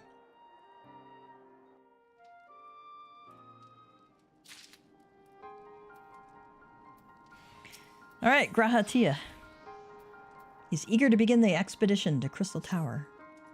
Gentlemen, the secrets of ancient Allag beckon. Let's not keep them waiting any longer. Adventure, you and I will join the engineers at the Crystal Tower's main gateway, where we will endeavor to neutralize the structure's outer defenses. Frambros, meanwhile, will remain here and oversee the operation. Given my knowledge of Allagan history, it seems logical that I should lead the expedition itself, though I admit the role does not exactly befit my status as an observer. Still, we can but make use of the resources at hand. Assuming all are in agreement, let us proceed forthwith to the large lopsided gate found to the southeast. All right, where do we got to go next?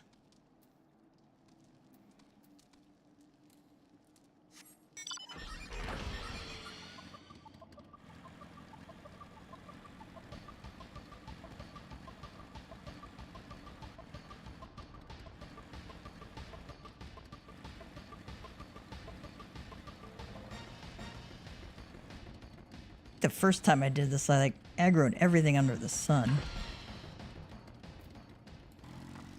I don't think it occurred to me to actually, get on my mount and fly. So I ran through it all.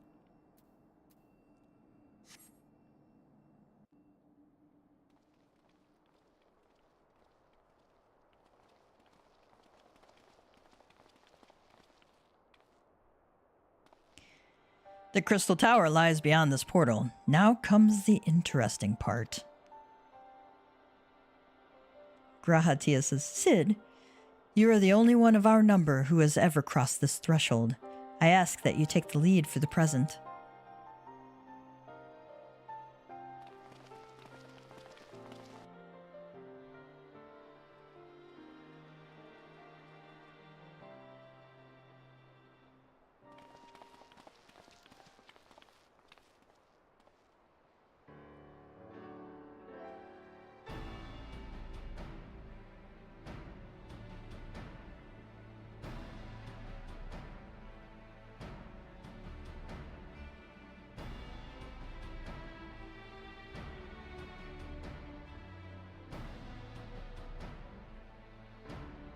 I say the energy radiating from these statues is palpable. Lucky for us that it is, one might otherwise stroll past them. Feast your eyes on the elemental defenses which prompted our lengthy preparations. These sentinels prevent would-be intruders from advancing to within 20 yalms of the tower's inner reaches.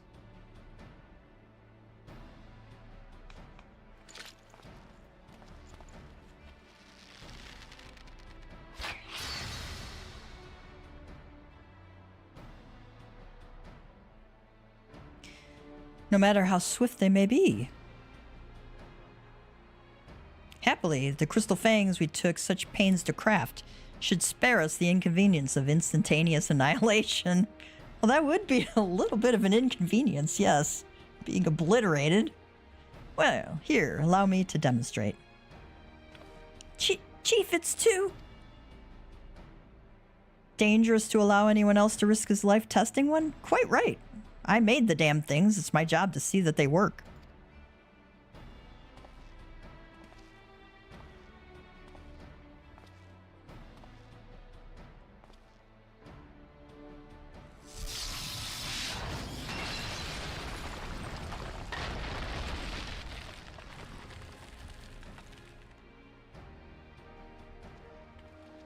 Success! Tia says, I for one am convinced. Friends, ready your fangs. I mean, we couldn't just send Sid to do it.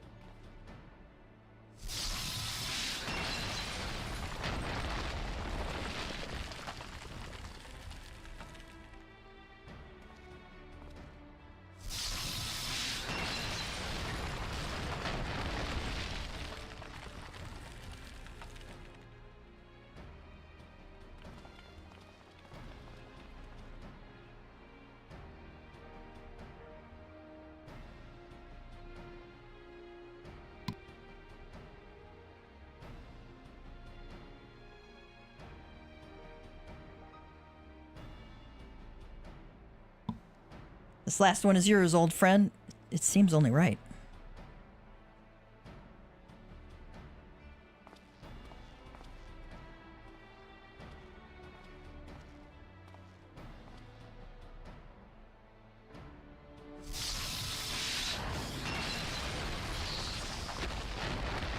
Are we a little concerned that we're like wiping out the tower defense grid here?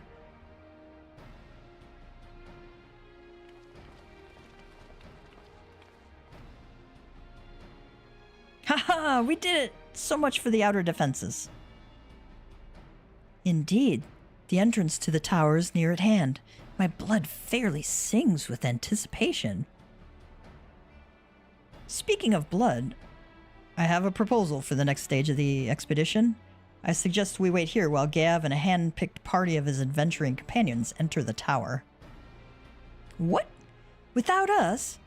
I thought we came here to survey the entire structure. We did, and we will, but our investigations must proceed at a more measured pace. If the outside of the place is this well defended, can you imagine what awaits us on the inside? Only a true hero could appreciate hope. Only a true hero could reasonably hope to brave the hazards ahead and live to tell the tale. Gav here fits that description better than anyone I know. And it is not as if we shall be idle in his absence. While Gav and his companions are risking life and limb to beat us a path to the tower, we can see about analyzing this rubble for evidence of how its technologies function. Your knowledge of ancient lore will be invaluable in the endeavor, historian Tia. Do you ever tire of being right, old man? Ahem, Gav. As it seems I won't be accompanying you, allow me at least to provide some instruction. The maze that surrounds the base of the tower is known as the, quote, Labyrinth of the Ancients, unquote. During this initial foray, I suggest you concentrate on ridding the place of hostile elements. When you are reasonably certain the maze is secure, contact me via link shell, and we shall join you post-haste, no matter what Master Garland says.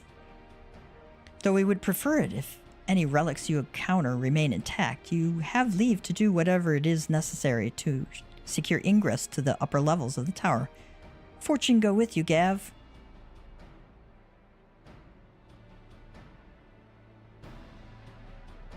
Alright, cat boys unite.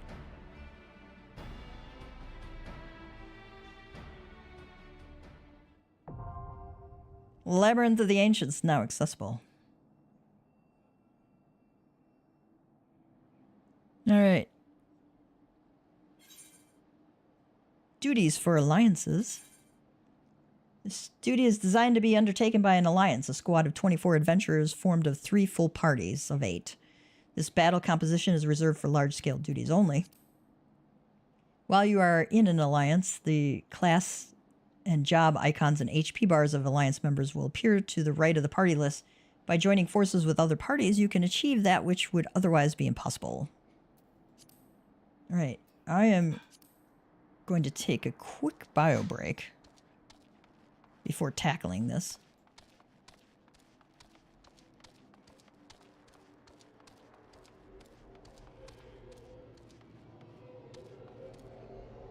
Ooh, I like the sound effect on that. It's just really cool. All right. I will be right back.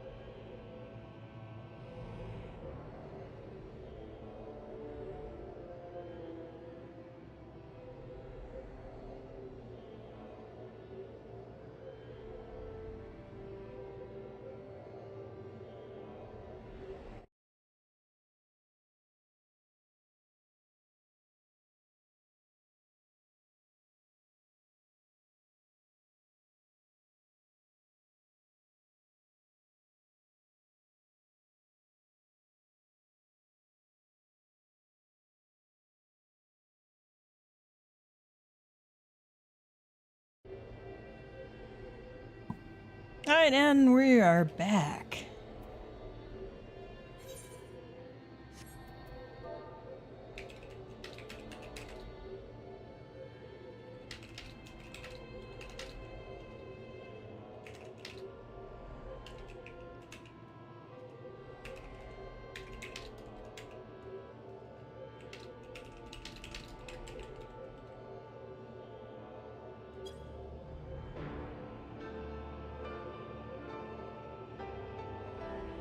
Oh, nice music.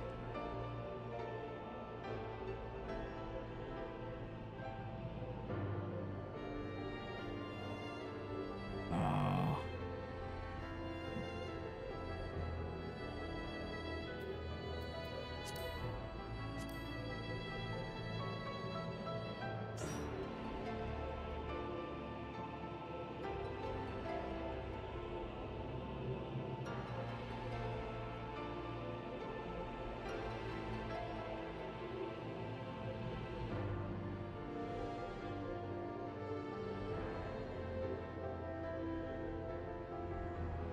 I can't say often enough how gifted the composer and musicians are. Just beautiful stuff. Gloom. We are in an area of gloom. Okay, that's our weather.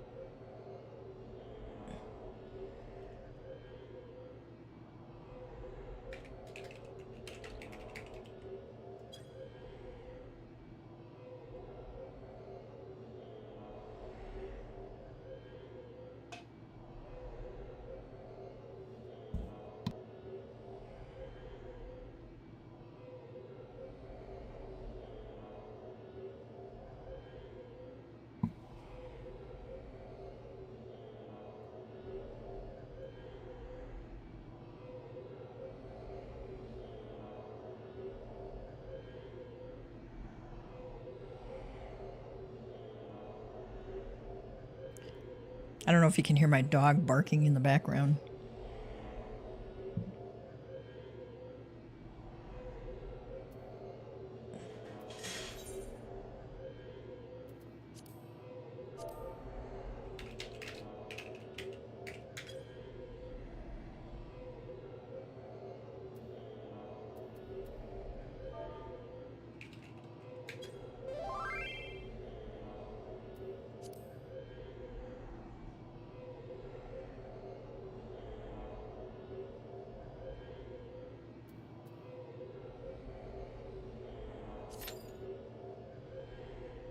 Okay.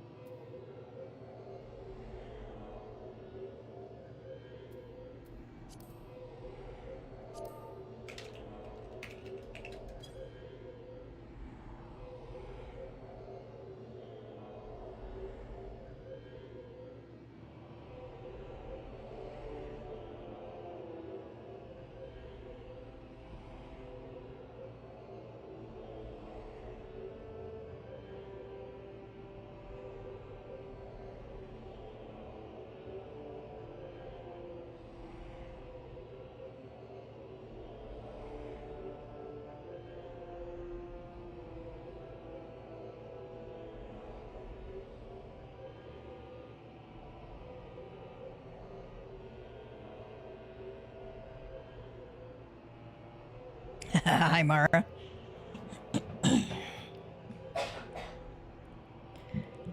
Yeah, she's definitely a hound.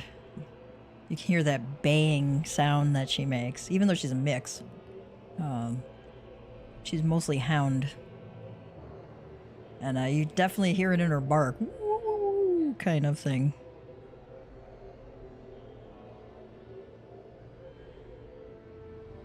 Not Basset Hound level baying, but she could approach it sometimes.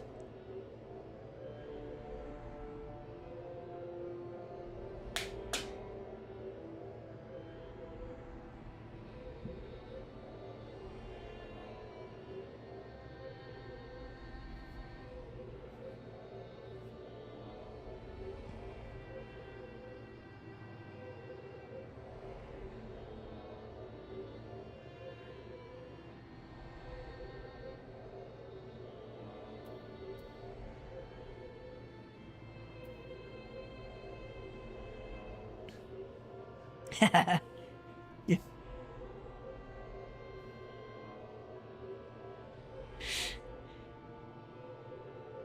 I'll make the kids give her a belly rub just for you.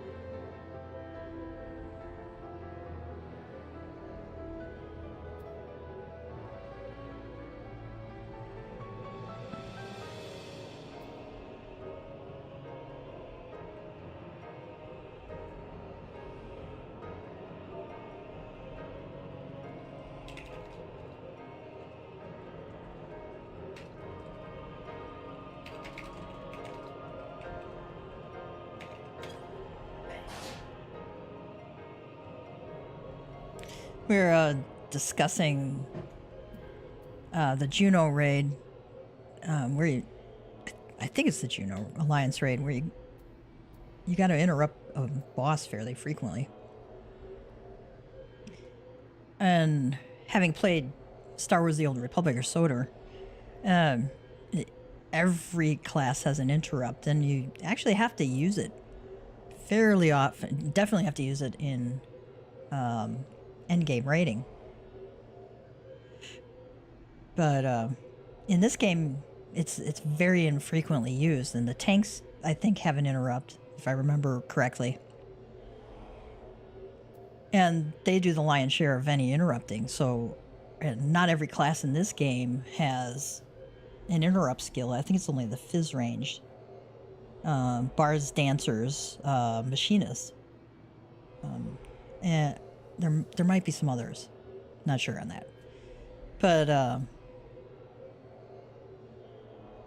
I don't even know how many people, unless you're a tank, learn how to interrupt in this game. And even then, a lot of DPS assume that the tanks just do it. And in this one boss in this raid, the interrupt, the skills that you need to interrupt come faster than the refresh timer on the tanks skill.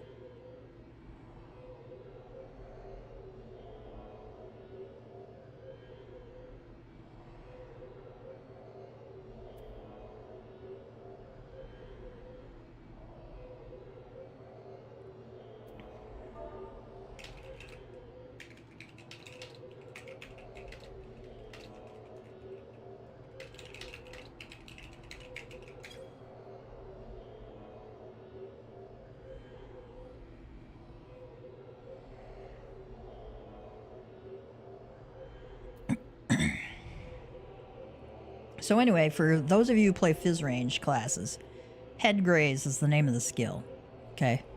Interrupts the use of a target's action. It's got a 30-second recast timer, so in situations like that, ideally you're able to be, if you're in a party with people all in voice chat, it becomes really easily, because you could say, you know, tank has first interrupt, bard has second interrupt, dancer has third interrupt, whatever. And everybody just knows they have to do it in a certain order.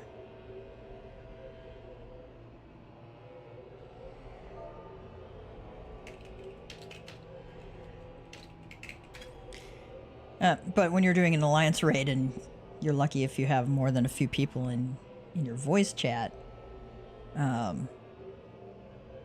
you know, it's almost impossible to coordinate that kind of thing unless you maybe type it out in chat. But I'm betting in this game, most Fizz range don't even know what the skill is, particularly since you pick it up at level 24. So by the time you get to level 50, you're like pretty much forgotten that it's there. And most people might not even have it on their hotbar as a result. So not only do they not know they can interrupt things, they don't even have this skill available to be able to do it. But this particular boss has to be interrupted. There we go, we got a pop.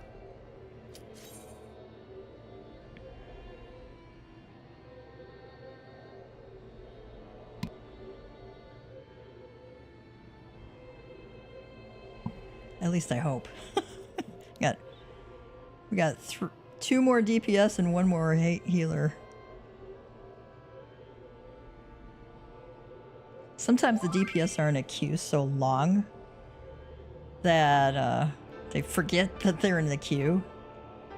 And they sometimes go AFK and away from their keyboard. There we go.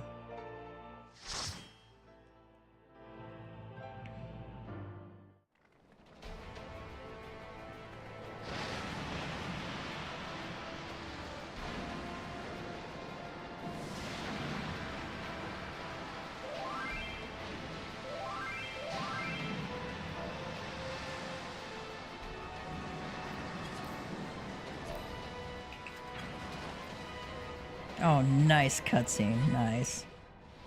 That's so cool looking.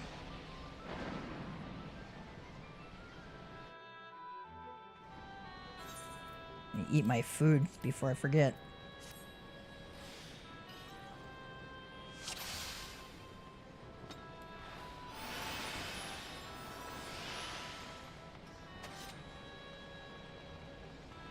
Let's see, we have another bard. Okay. Oh, FFXIV playing a bard. Okay.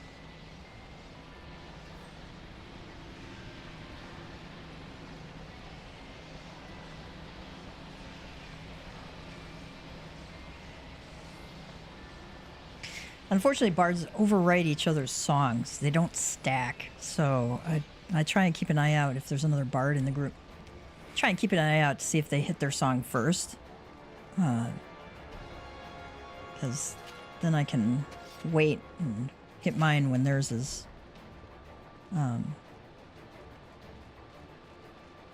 no longer active.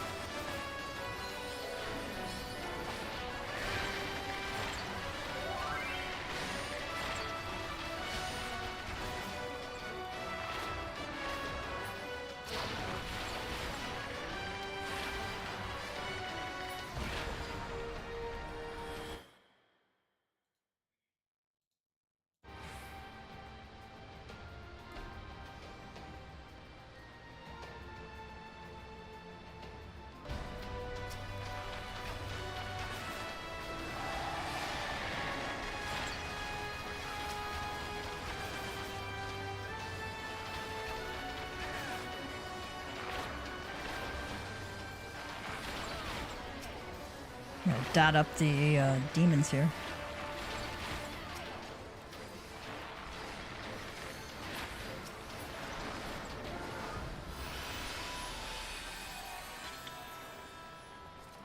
The first time I did this, I was like, holy crap, what the hell's going on? It's like people running everywhere, bosses coming out from all over the place. It's like mass insanity.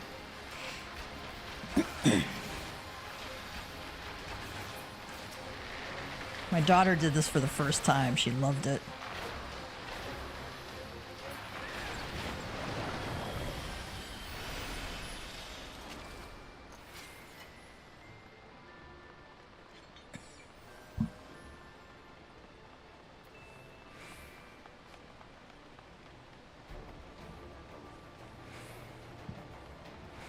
Oh, Jakey's coming for a visit.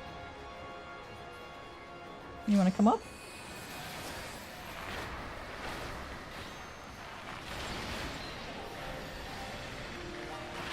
Gotta stay on these green platforms, right? And you definitely want to kill these skeletons. Come on, baby. Come on. You can come. Come on.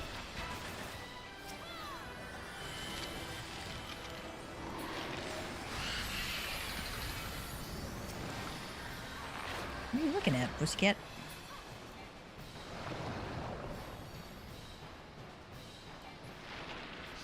Oh, come on. Come on. You can come.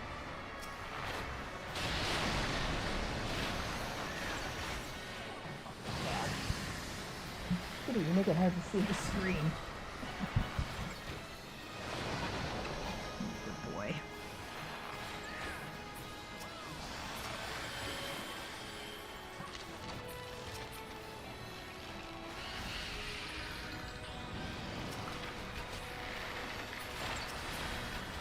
Usually they pull the boss forwards so you have more time to kill the platinas, the skeletons. Because every time he absorbs one of them, he gets a buff.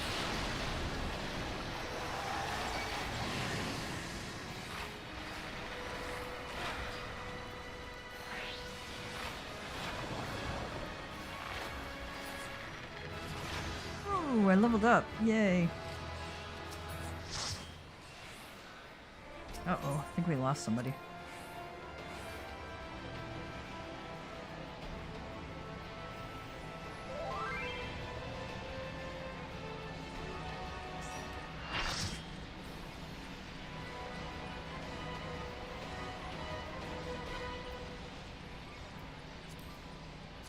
Some of this stuff is kind of cool looking.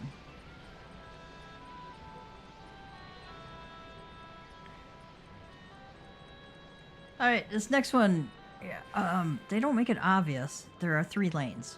Alliance A goes to the leftmost lane, Alliance B goes to the middle lane, Alliance C goes to the rightmost lane. Somebody very nicely marked it for us. You really do not want to start this boss too early, and sometimes people just pull too early, because everybody in Alliance B and C will end up in the Alliance A lane.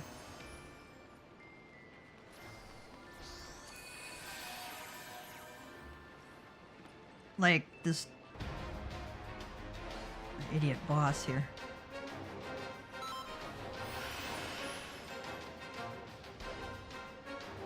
Well, if they're not gonna go, I'm gonna go.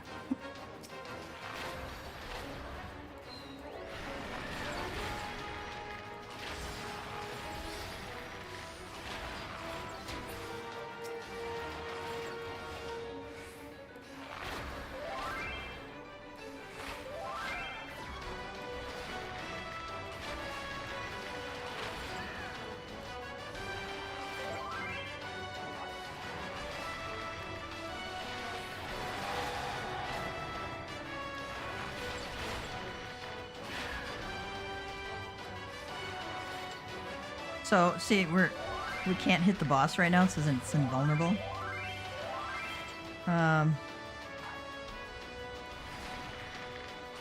So the people in lane C don't have 4 people on there, so we can't hit them. Okay, somebody went back on there, yay.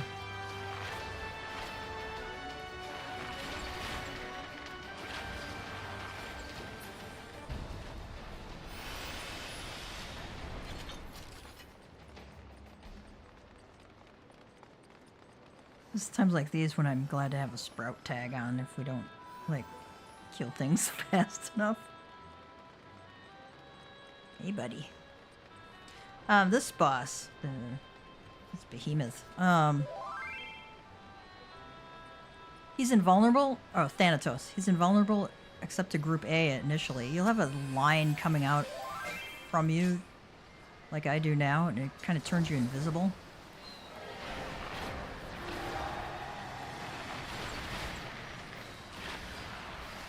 So that's how you know you can actually hit him.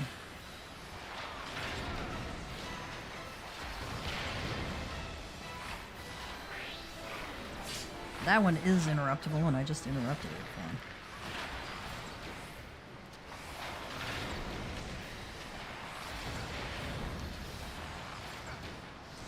That's the biggest reason why I have the target cast bar like right here where I can see it.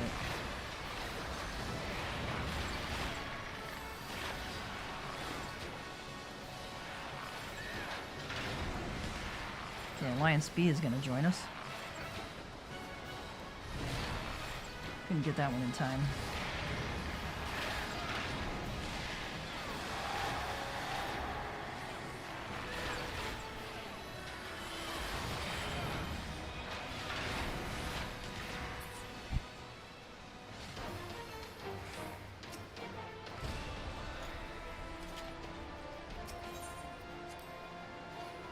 If you have trouble targeting the shortcut or the exit area, you can hit X on your keyboard. Not sure what it is on controller. But X on your keyboard will make the other tunes around you disappear, so it makes it easier to target whatever it is you need to target. After a while, you just kind of get used to where to put your cursor to be able to find it. There are actually stairs down to the side here, right? On either side of this platform. Like over here and over here. But nobody ever uses them because it's so much faster to jump over the edge like that. It took me forever to learn that there were actually stairs there.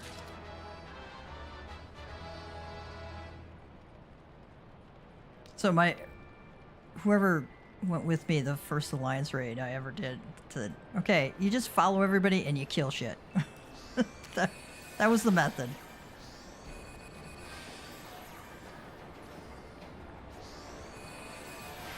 Meow meow, that's right.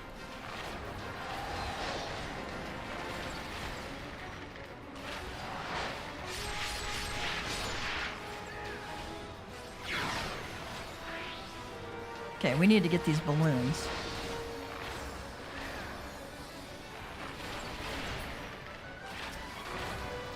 Especially the napalms. You really want to get these napalms.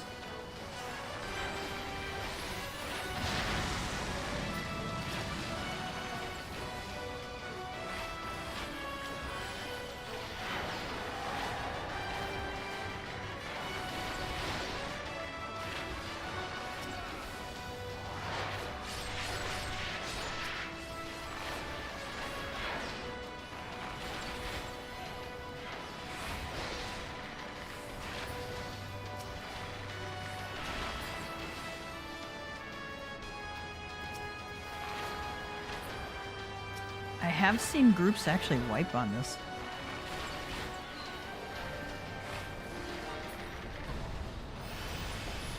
Probably didn't have to use my song there, but oh well.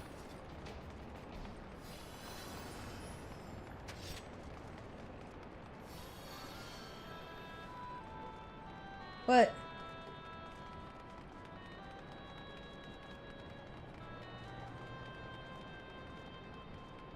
Oh, bye-bye, Jakey.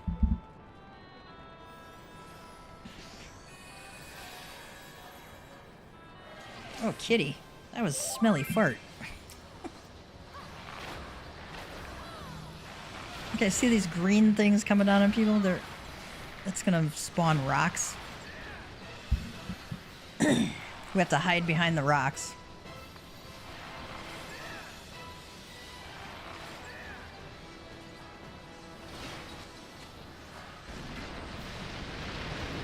So he's dropping this giant meteor.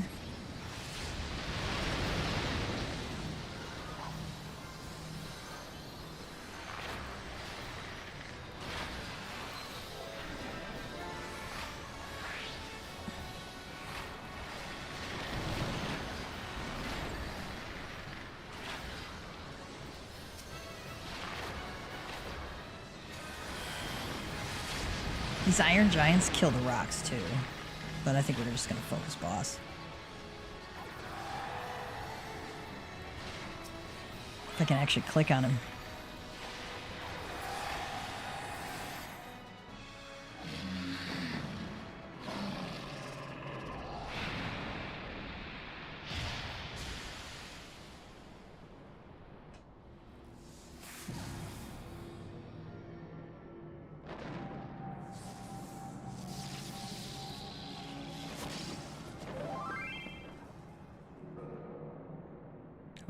kind of a cool effect.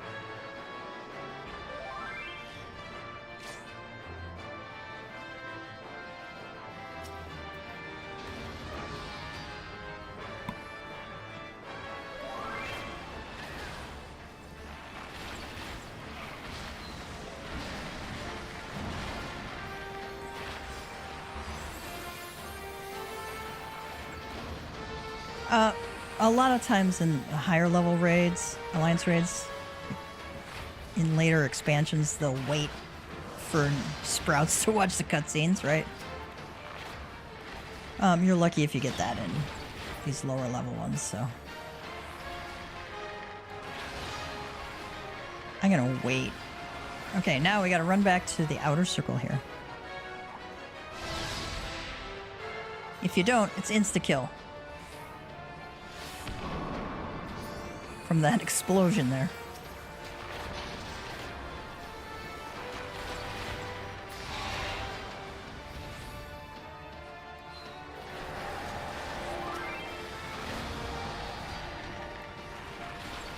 Oh, they're saying greed in chat. That means we're gonna go for broke on this one.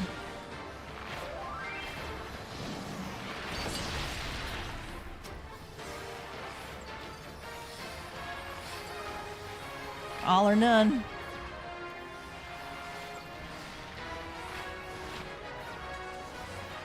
I don't think we're gonna make it.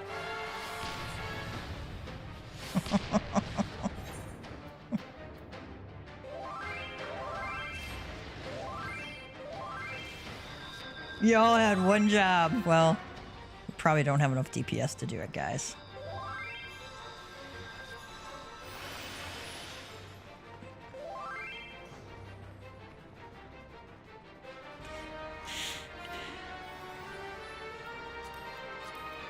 So what you do is you come up here and you can normally take the Allegan teleporter, but I think this will get us back to the...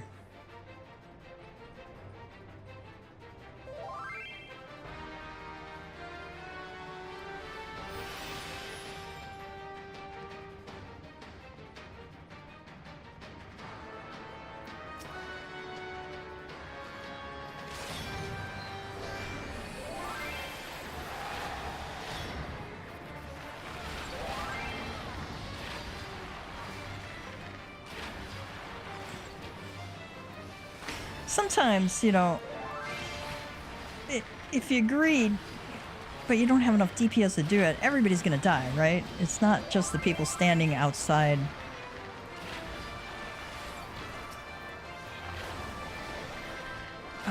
So everybody has to commit or not at all, right? And it doesn't kill you to wait through one more phase. It takes a whole 20 extra seconds.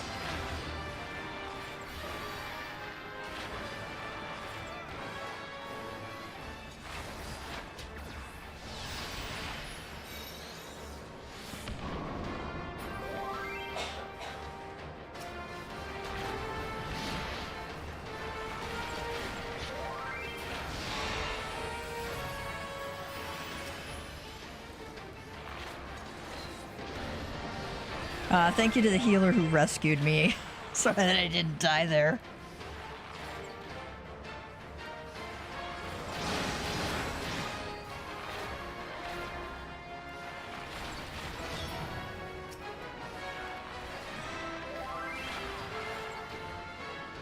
I think we got it this time.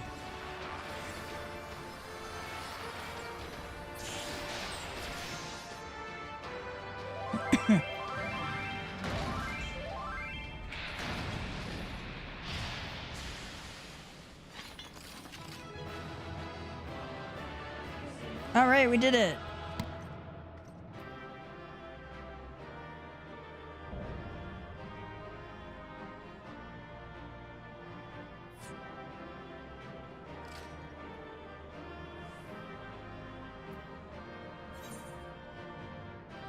Oh, let's give it... Oh, gosh. I hate having to make this decision. Okay.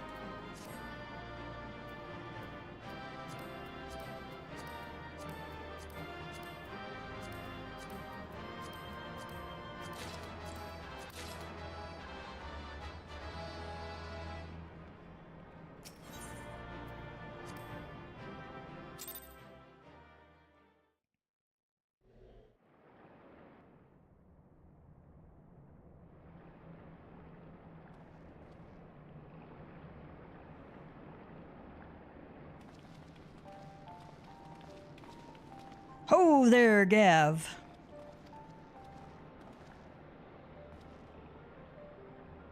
Very impressive, I must say, says Grahatia. Your name shall be writ large in the volumes that are sure to be penned on this historic expedition. Sid, the scale of this structure defies comprehension. Somebody plainly thought bigger was better. Reminds me of Titania. Bigger is better.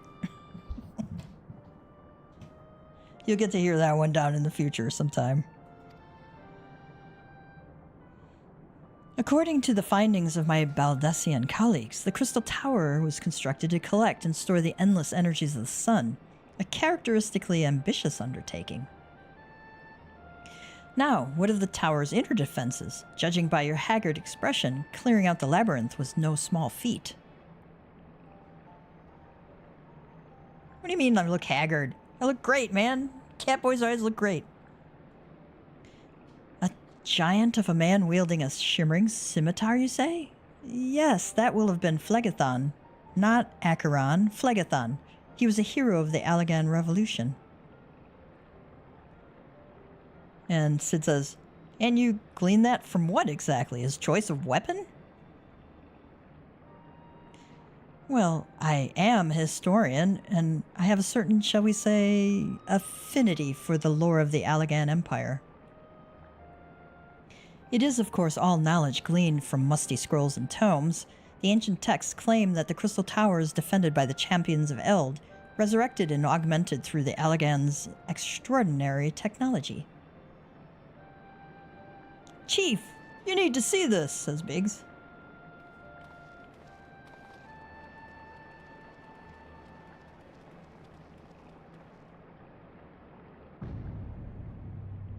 Ooh. Well, well, there it is, the foot of the tower. What surprises do you have in store for us, I wonder? Oh, hi. You want my attention? Okay. Sid says, I can't tell you how glad I am to have you with us on this little jaunt, old friend. Had you not beaten a path through that maze, I very much doubt we'd be standing here now.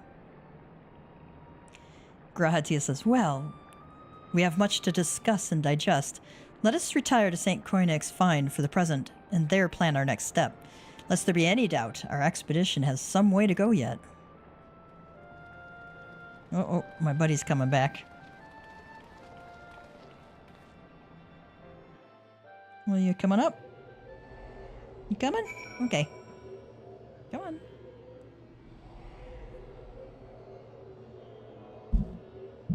All right.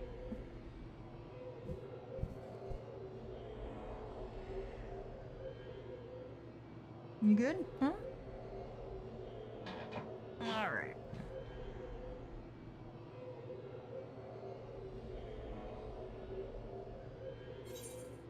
I know it muffles the voice a little bit, but he's a 14-year-old cat. You don't say no to 14-year-old cats.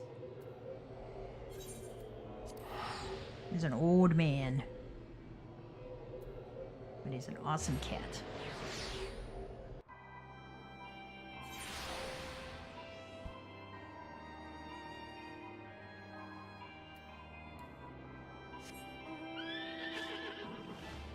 You can tell he's starting to feel his age.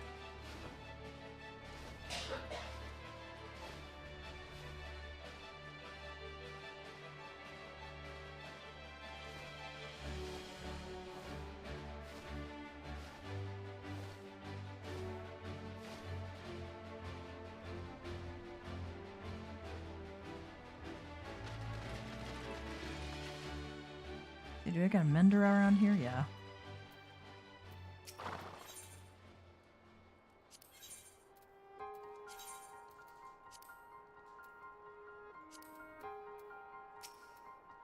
Sid says, technology should never be allowed to imprison people. That's a hard lesson I learned from watching Gaius and my father. If the secrets of the Crystal Tower are as dangerous as we expect, then I mean to keep them under lock and key. The terrible mistakes of history need not be repeated. Biggs, the Allegan civilization thrived within the borders of a vast empire, producing marvels the likes of which this world has never seen again. It's said that its technology was so advanced the magitech of Garlemald appears crude and childlike in comparison. When I first laid eyes on the Crystal Tower, I finally realized the truth of that claim. Ugh, cat hair. Cat hair on my face.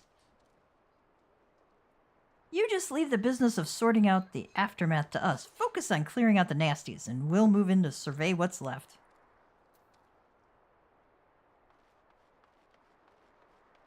Sounds like a solid plan. Let's see what Graha has for us. So good of you to join us, Gav. Our meeting would be dull indeed without a full account of your experiences in the labyrinth. Take a moment to collect yourself, and when you are ready, we shall debate how best to proceed. Alright, for prosperity, Graha Tia is ready to address the assembled Fellowship of Noah. The Fellowship of Noah being accounted for, it is time this assembly is called to order. Rambos will be presiding over the meeting. If you would be so kind as to inform him of your readiness to proceed. Welcome back, Gav. I have just been reading about your encounter in the Labyrinth of the Ancients. It pleases me greatly to note that you seem none the worse for the experience. For your reference, I have added my own notes to Graha's preliminary expedition report and have begun compiling a Crystal Tower survey log. The information contained therein will be available to you at all times. Should you have any questions, you need only ask. Now, if there are no objections, I shall begin with a summary of the expedition's key accomplishments. Oh, I need to select an award.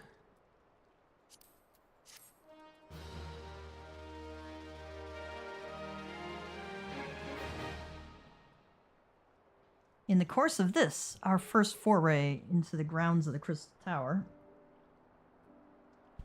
Hang on. There you go. Let me just start that again.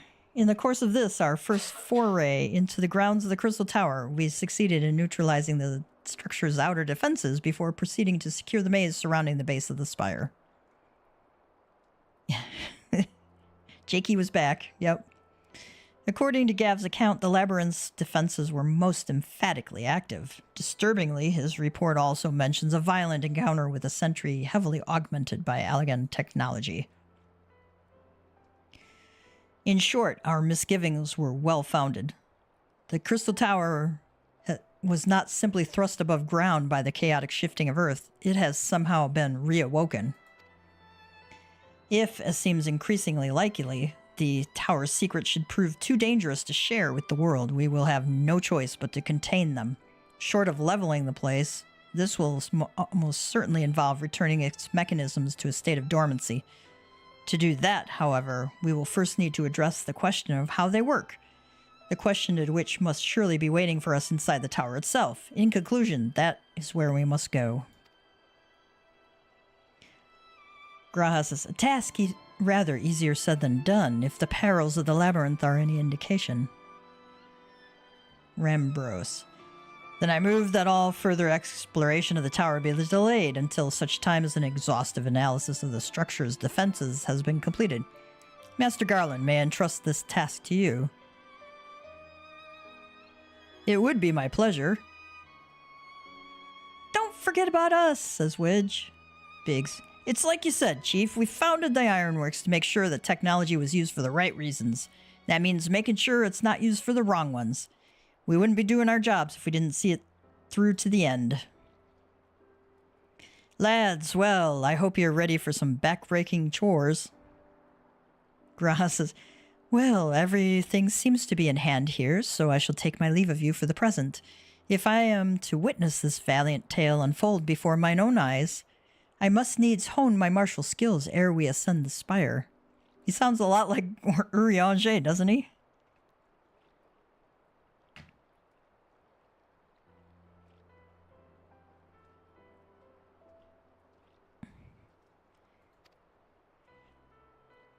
You'll do nothing of the sort, Graha. Your knowledge may prove useful to Master Garland's investigation. His little pouty face on them. Oh my goodness.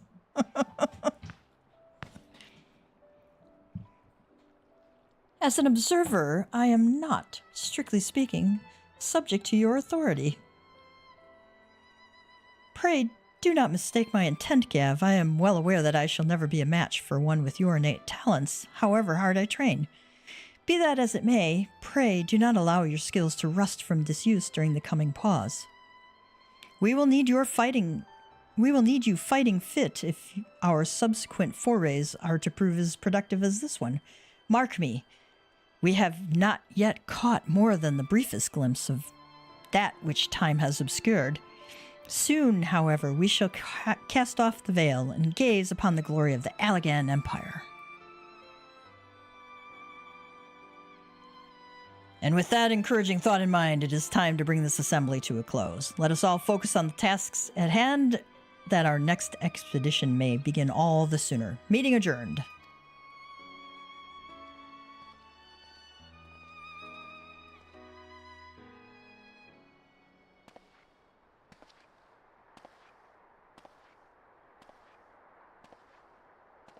Oh, Nero, my buddy.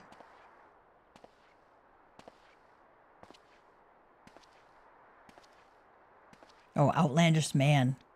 I gave the plot away there. Such a terrible mess. Yet it does leave the door wide open, so to speak. One cannot help but be impressed. I'm beginning to understand the reliance you place on adventurers, old friend. So, this is the legacy the Allagan Empire left behind. If my readings are correct, the energy source waiting atop the tower is a match for even the Ultima weapon. Nay, more than a match. A new toy for me to play with.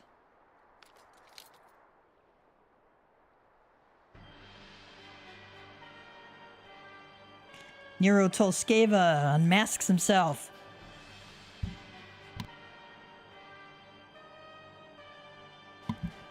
I believed the fates had conspired to deny me my just rewards once again, but it would seem they had a greater destiny in mind for me.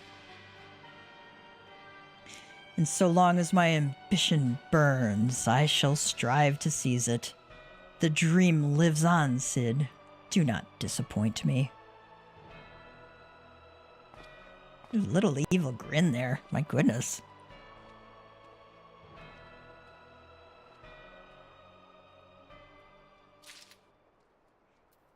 See what Gra has to say. 'Tis my most fervent belief that the Fellowship of Noah will, piece by piece, lay bare the long-buried secrets of ancient Allag's history, but the doing of it will require all of your skill and more. Mayhap I can convince Master Garland to allow me to accompany you, that I might see some of the most horrific guardians in the flesh. I am quite proficient with the bow, you know. Yeah, but not as good as me. Circus Tower. Rambros is frustrated over Noah's lack of progress on the Crystal Tower. Well, let's go make some progress.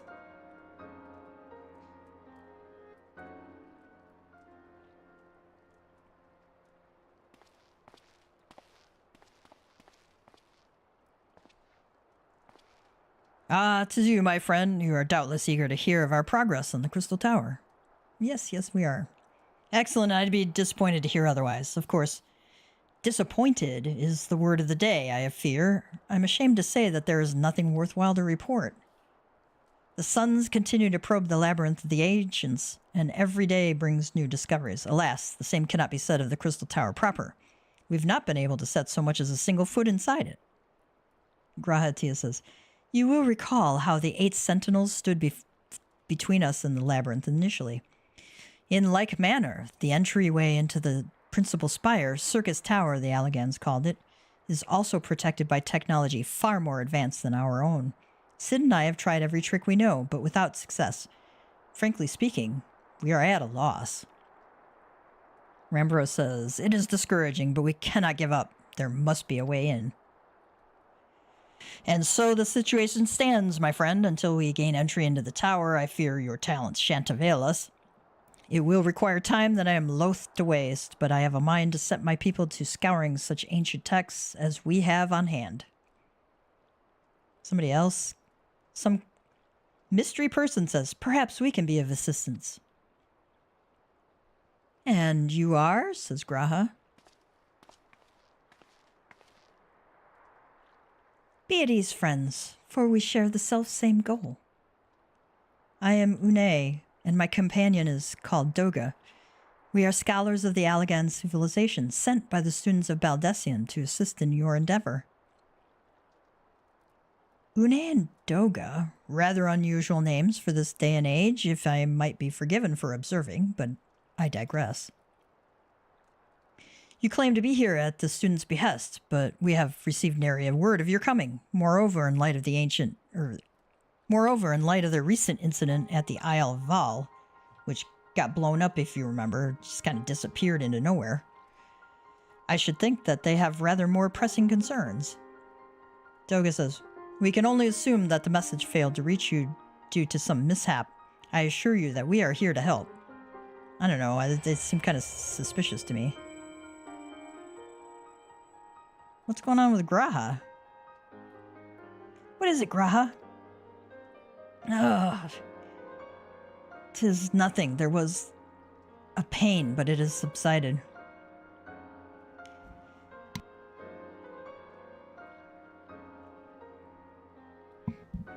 Une says, well, well.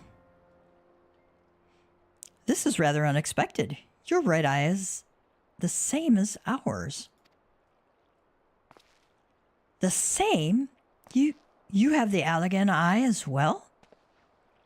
The sanguine hue is said to be a trait unique to the Allagans, yet I inherited it from my father as he did from his. Only one child in a single generation is born with the eye. All my life I have sought to learn the truth of its manifestation. If there is aught you know, I implore you to tell me. Basically, the red eye. Doga says, my deepest apologies, but we have no answers for you. Only one thing is certain. Those who possess the trait are bound by fate to Allag.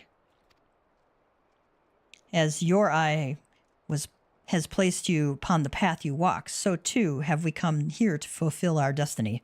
Absurd though it may sound, it is the truth. These are kind of cool glamour items. Graha says, it seems to me we have naught to lose by accepting their aid. What say you? I don't know, I'm suspicious personally. Rambro says, if that is your wish, then so be it. Yet know that I still mean to verify your story with the students of Baldessian when I am able. I trust there will be no objections. Very well. As of this moment, I name Une and Doga advisory members of NOAA. Without further ado, let us have them examine the Circus Tower entrance. Doga says, I promise you will not have cause to regret your decision. Rambro says, Gav, I should be much obliged if you were to accompany our new friends to the tower. Biggs and Wedge are presently surveying the 8 sentinels. The 2 of them can show you the way. Upon arrival, pray report to Master Garland. He will brief you on the situation. I shall join you, Gav, says Graha. With Une and Doga's knowledge, along with your uncanny knack for setting events in motion, I am hopeful that we will finally see progress. All right.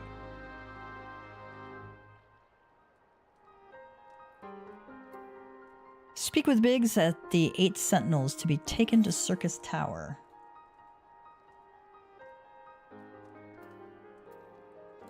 Let's fly on over there.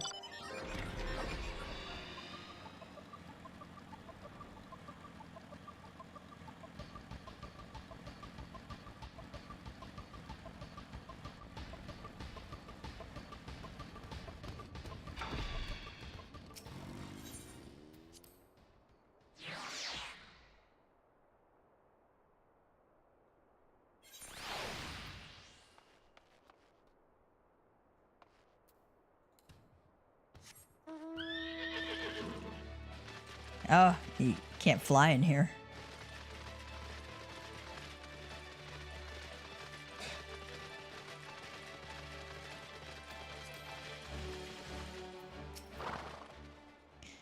Wedge says, we're examining the rubble in the hopes that it'll yield a clue to entering Circus Tower. Can you tell we're getting desperate? Wedge always has the fun comments, right?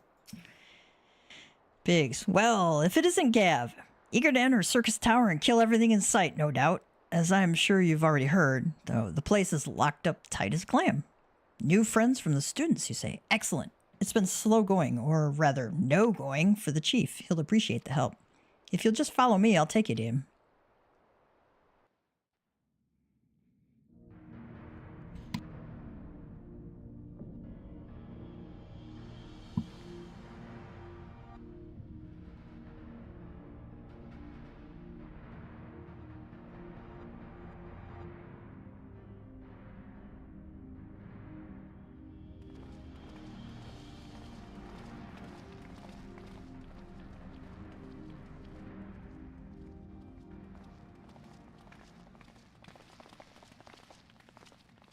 Ah, some old faces to lift the spirit, and a couple of new ones besides. Allow me to introduce Une and Doga. They are scholars of ancient Alag, sent here by our friends of Baldessian to aid in the investigation. Has anybody wondered why Graha doesn't remember these two, since he's supposed to be a student of Baldessian?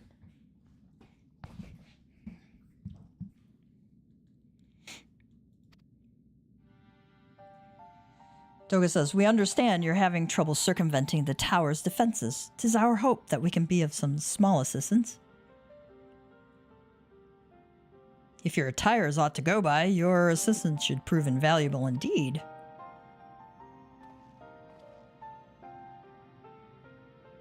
I guess he's meaning since you're armored up? I don't know. To begin with, let me tell you where we stand. Beyond rises Circus Tower, the principal spire of the structure collectively known as the Crystal Tower. The only way to get inside is through the proverbial front door, the imposing gate you see here. The problem is, we can't get it to open. It's sealed by some mechanism whose workings are an utter mystery to us. Having had no success via some more orthodox methods, I went at it with everything from pickaxe to a Magitech cannon. Nothing so much as put a scratch on it. For a blessing, the gate doesn't try to reduce us to ashes like the 8 sentinels, but that doesn't make it any less effective as a security measure.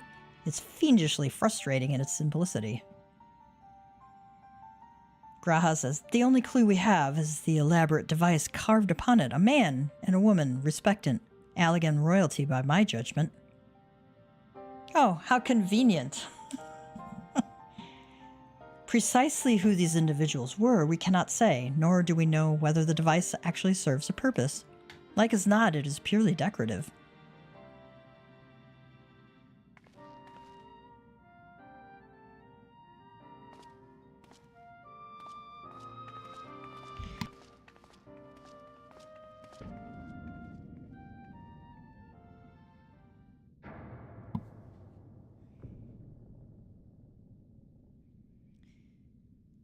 Sid says, if you're thinking to force it, save your strength. It's no use. Just ask the calluses on my hands. Une says, rest assured, we do not mean to waste our strength. Doga says, indeed, why should we exert ourselves when the gate will open of its own accord?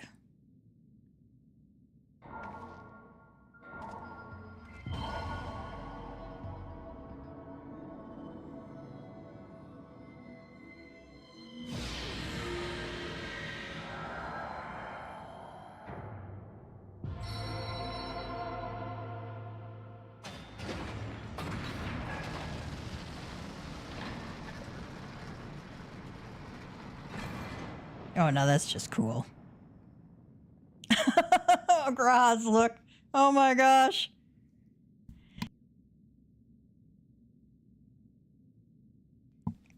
I don't think any of us expected that to happen. Sid says, 7 hells, what is this? What did you do? What are you?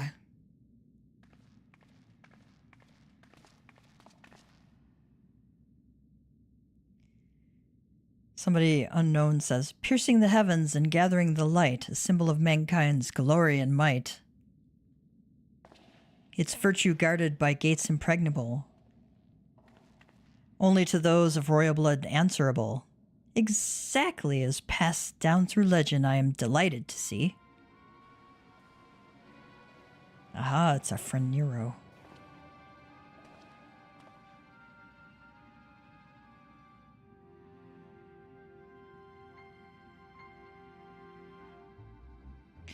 Beg pardons for interrupting your bewilderment. I couldn't help but notice the remarkable playthings you have acquired.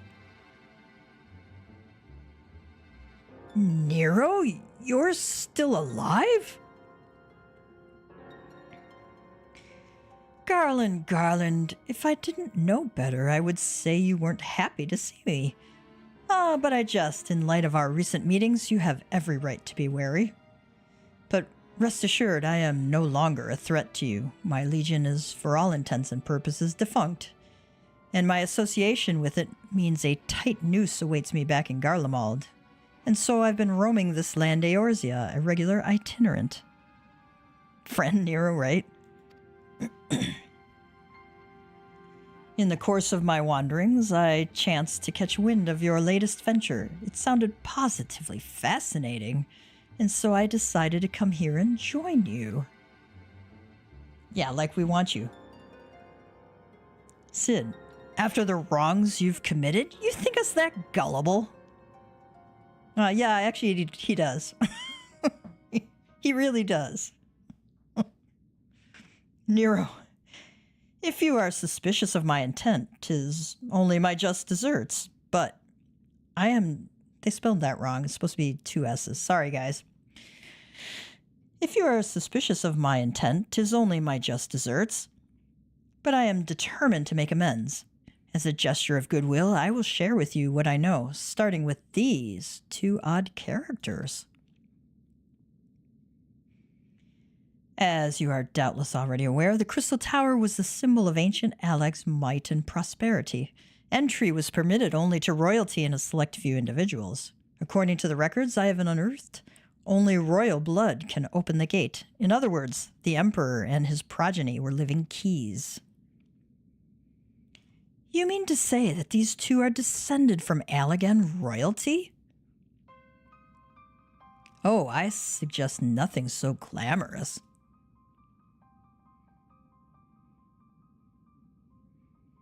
To put it plain, they are imitations of royalty, living keys born of Allegan ingenuity. Clones, I believe, is the name your creators gave your kind. Is that not so?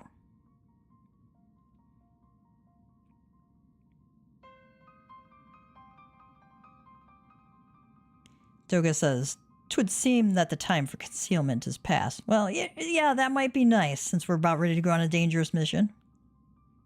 Honesty is a good idea. Pray, accept our apologies. 'Twas not our intent to deceive. We simply wish to avoid causing undue alarm by prematurely making what many would consider deranged claims. If it pleases you, let us return to the 8 sentinels. There is much and more to tell.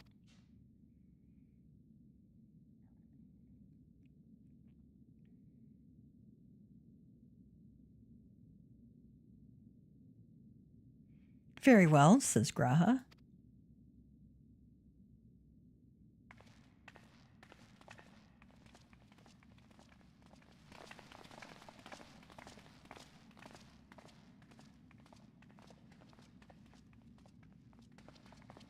Cid says, 7 hells, do you seriously mean to follow us around?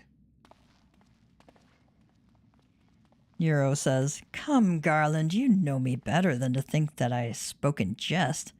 What more will it take for us to be reconciled? A gift, perhaps.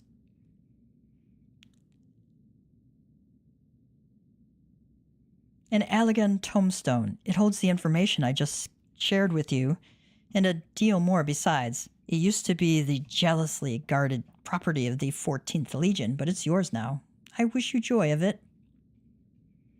I look forward to working together, old friend.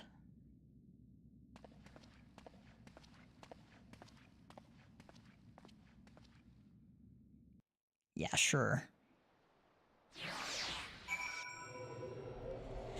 Oh, Nero, Nero, Nero. Oh, let's see what they have to say. Sometimes they have fun little comments. We may not have gotten off to the best of starts. You think you tried to kill me? The best of starts? Jeez. But the past is in the past. I don't think so. You tried to kill me. How do you make amends from that? Yesterday's enemies can yet be today's friends. Do you not agree, Warrior of Light? No, not really. Pretty sure no. Mostly because I don't trust you any faster than I can blink. To think the Allegans could make copies of people. If this knowledge were to fall into the wrong hands, the world would become a terrible place. I shudder to imagine a dozen bigs shouting at me all day long. Oh. The Chief and Nero go all the way back to the Magitech Academy. It's an exclusive school situated in the capital, reserved for the Empire's brightest elite. I don't know the nitty-gritty details, but they didn't get along back then, and they don't get along now. Fate's a bastard for bringing them together again. Oh, somebody's asking me a question.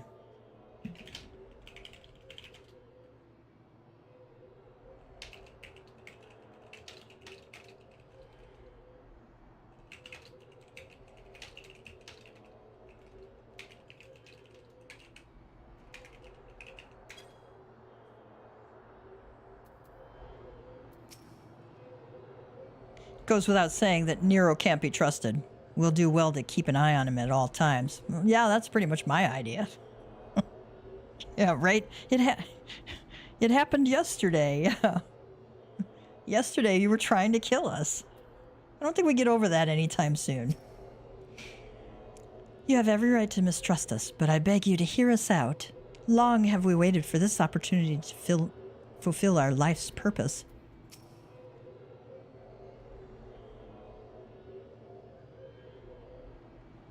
Graha says, let us hear what Une and Doga have to say. It will not be too late to decide upon a course of action afterwards. If you are ready to listen, says Doga, we shall tell you all. As it pertains closely to your investigation, your leader Rambros may wish to be present.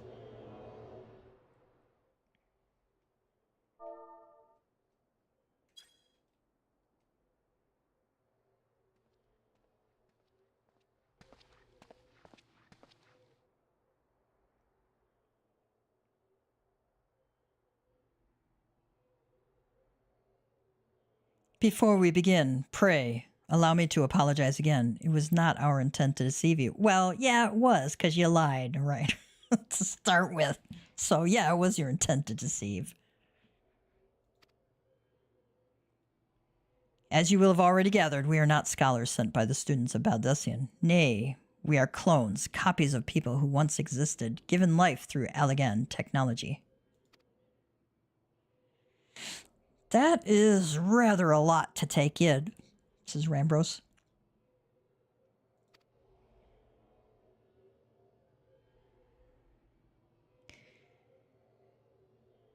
If it would not be considered unseemly, might I ask why you and yours were created, and more specifically, what it is that you now seek to do? Answering your questions requires that we revisit Allegan history. Pray, bear with us.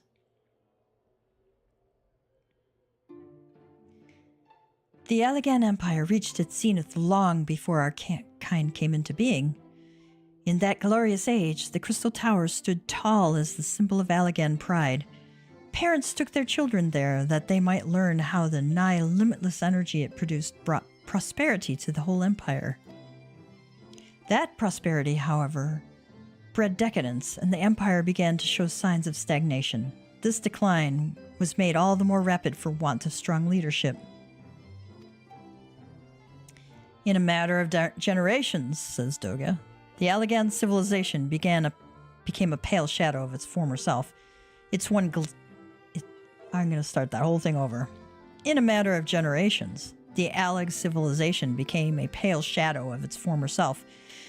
Its once gleaming cities fell into disrepair and its frontier lands were given over to the wilderness. Une says, lamenting the pitiful state of affairs, one technologist made it his mission to restore Alag to greatness. Ammon was his name, and he believed that the ailing empire wanted for but a potent ruler, and none was more potent than its founding father, whom he sought to resurrect. Graha said, the founding father? You cannot mean Emperor Zandi? Une says, none other. As part of his experiments, Ammon created clones of the Emperor's descendants.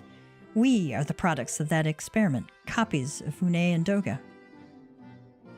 Rambro says, historical texts mention the reign of 2 Allagan emperors named Zandi.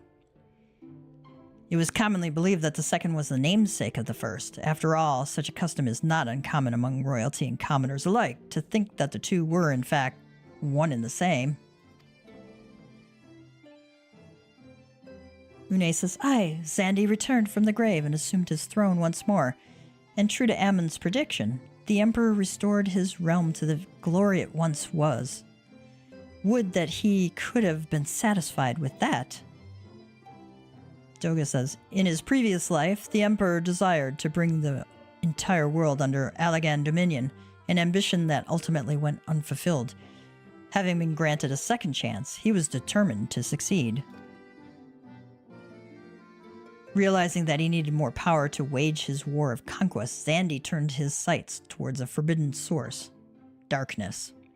In order to learn how to harness this power, he converted the Crystal Tower into a restricted research facility. Nero's just grinning. We're in trouble now because Nero's going to find something. Sid says, darkness? Again? 7 hells, what is it with megalomaniacal rulers turning to darkness in their lust for power? You know, that's a great question. Well, at least this one won't be bothering us, because being thousands of years dead and all. Doga says, would that you were right, Master Garland.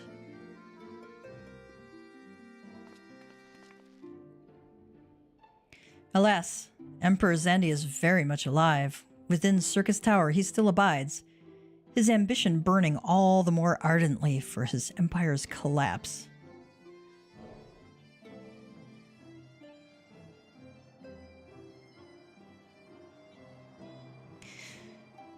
Wielding the power of darkness requires prodigious amounts of energy that not even the Crystal Tower could produce.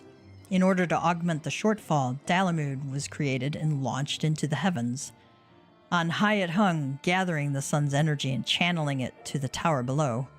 However, a miscalculation resulted in a surge of energy that escaped into the land. This triggered an earthquake of unprecedented violence, the calamity that ushered in the 4th Umbral Era. In the blinking of an eye, the mighty Allagan Empire was laid to waste. Yet even as the Crystal Tower was sinking into the earth, the technologist Ammon, now Emperor Zandi's closest aide, invoked powerful magics and halted the flow of time. Every soul within the structure, the Emperor included, was placed in a deep slumber. In that state, they were to remain until the time was ripe to awaken.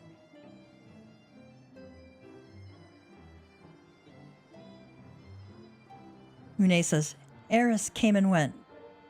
After millennia lying dormant, Dalamud was summoned back to the earth. Its descent triggered the 7th Umbral Calamity, in the wake of which the Crystal Tower re-emerged. At that moment, Emperor Zandi reawakened. In his lust for power, the Emperor consorted with darkness and was seduced by its corrupting influence. Even though his empire is now little more than a fading memory, he will stop at nothing to see his ambition realized.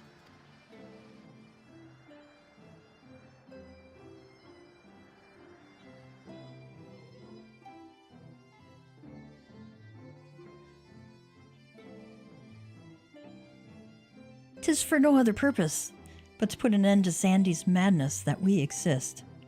This is the mantle we have inherited from our namesakes, the true Une and Doga.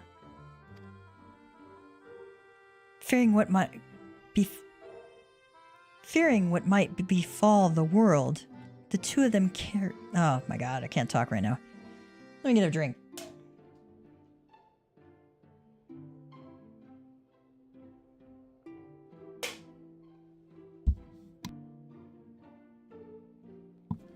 Une says, fearing what might befall the world, the two of them sought to thwart their emperor.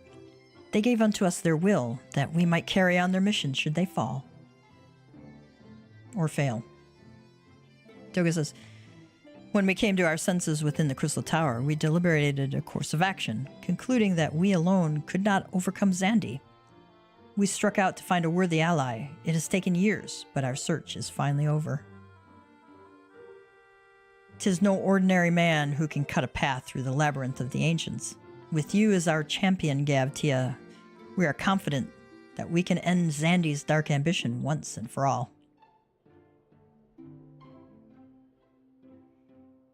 Well, said Sid, that'll teach me for speaking too soon. Setting my chagrin aside, I see now why you knew about the students of Baldessian among a host of other things. You were observing our investigation the whole time. So, what will we do, Gav? The world's in grave danger again, and it just so happens you're an expert at saving it. Run with me, friends, towards the danger.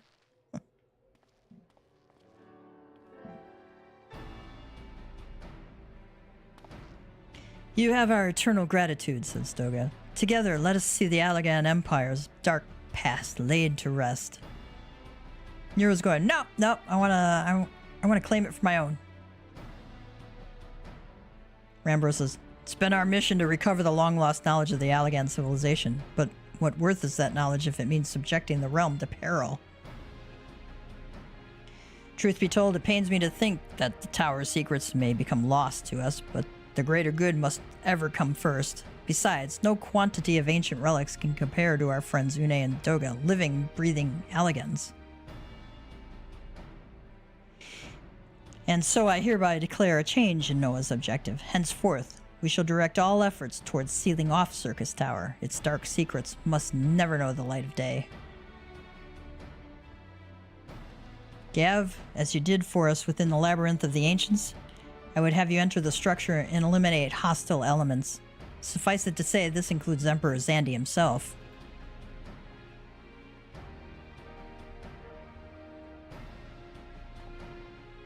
Meanwhile, the rest of us shall examine ways to isolate Circus Tower from the outside world. To work then!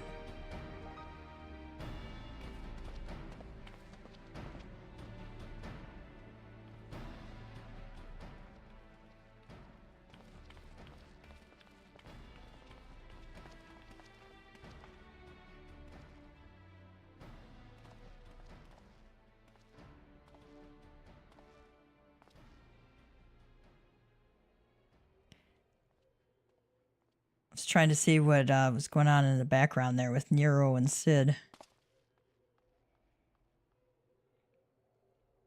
Tia says, wait. There's something I must know. My right eye is like yours. Does this mean...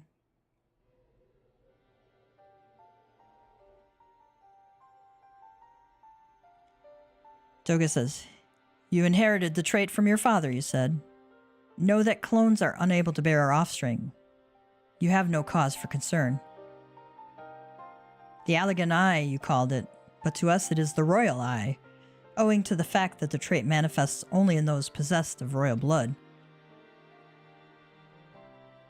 I cannot well explain why the eye runs in your line, but I am disinclined to think it a coincidence. Though you are doubtless impatient to learn the truth, pray, have patience. All will be revealed in due time.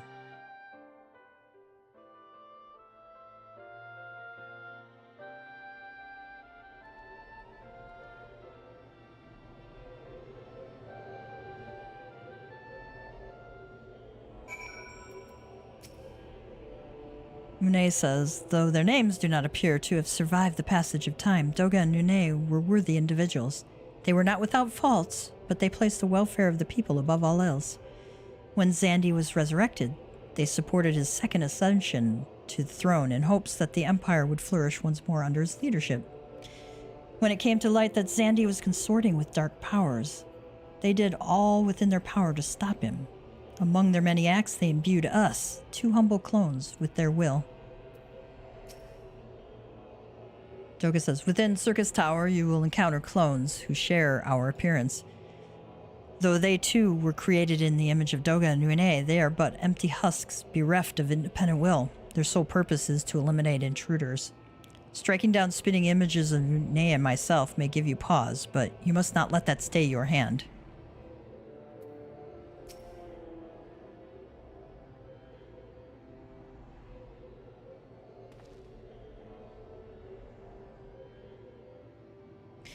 Graha says, my apologies if I've given you cause to worry. I am quite well, I assure you. As you can appreciate, there has been My apologies if I've given you cause to worry. I'm quite well, I assure you. As you can appreciate, there has been much for me to think on. But now is the time for action, not idle thoughts. Circus Tower awaits us.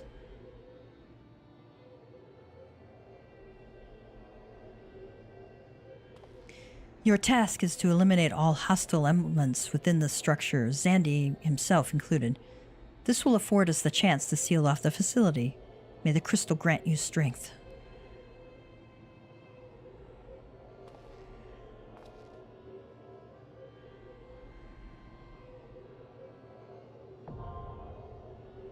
All right, Circus Tower is now accessible.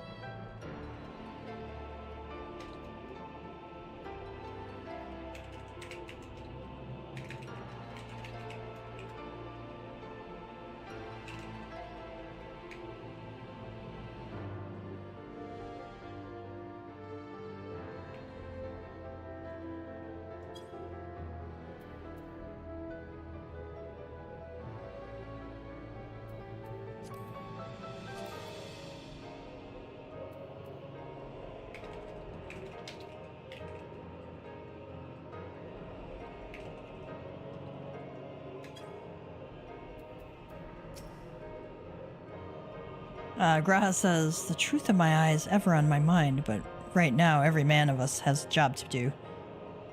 Rest assured, I shan't allow myself to be distracted. Okay, Doga. Within Circus Tower, you will encounter clones who share our appearance. Okay. They haven't changed what they're saying. Okay. We are queuing. I'm gonna eat my food.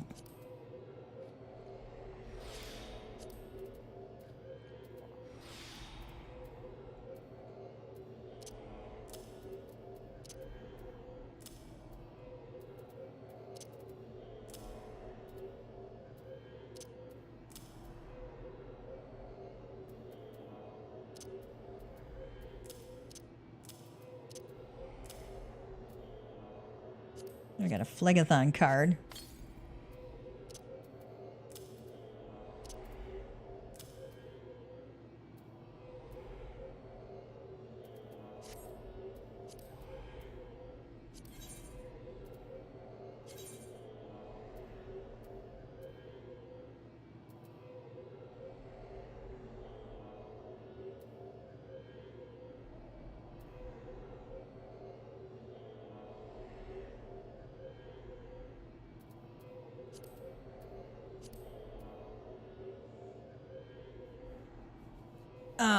Just checking the timer, so you can go to the exclamation point and then timers. You probably have your... I remap my UI to make life easier for me. You might have these circle buttons down in or down right. I usually put my mini-map there, so that's why it's there. The next mission allowance. These are turn-ins you can turn into your grand company once a day. once you've unlocked them, okay, you have to unlock them by unlocking all your crafting and gathering jobs. So once you unlock those, then you can do turn-ins and you'll get various seals for that.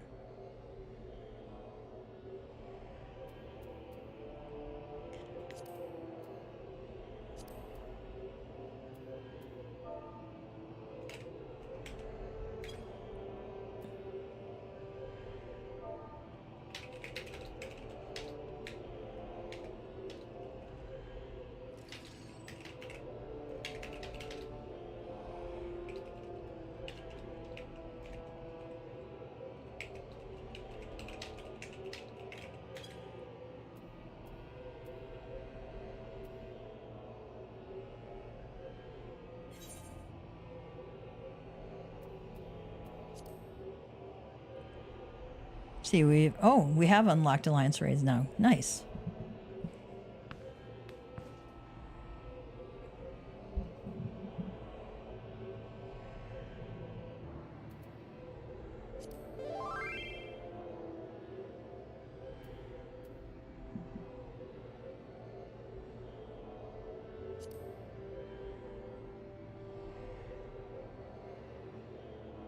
I like the artwork on here.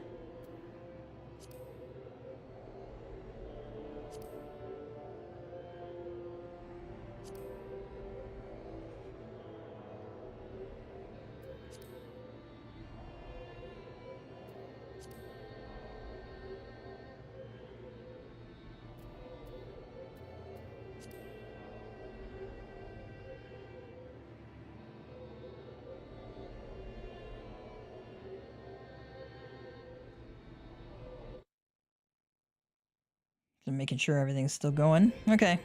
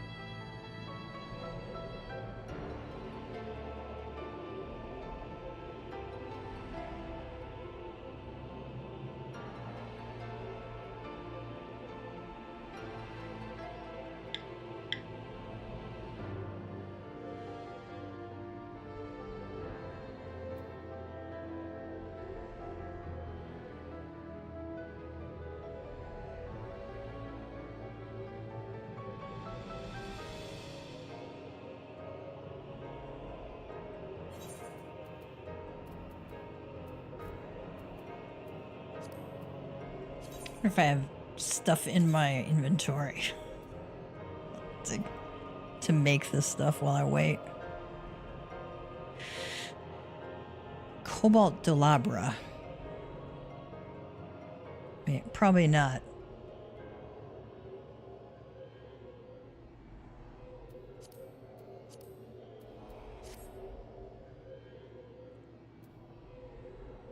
Let me look at my armory chest, see what I've got. If I got... As soon as you get to, like, from level 50 to 60, like, the item level for level 60 is, like... I mean, it really changes.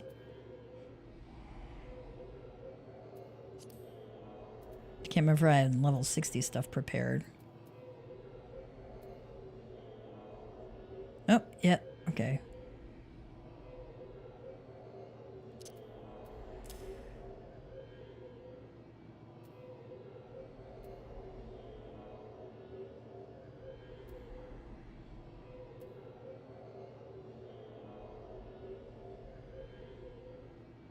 Looks like I was thinking ahead. Good.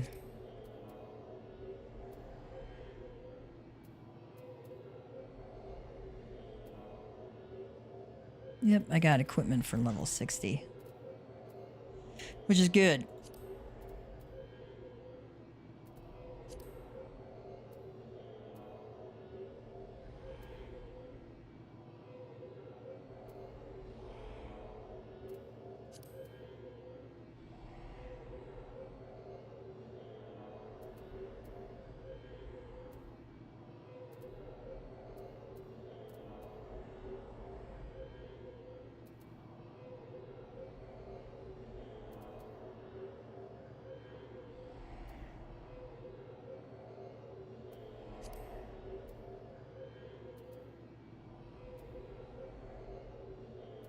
I must not have found rings that were decent.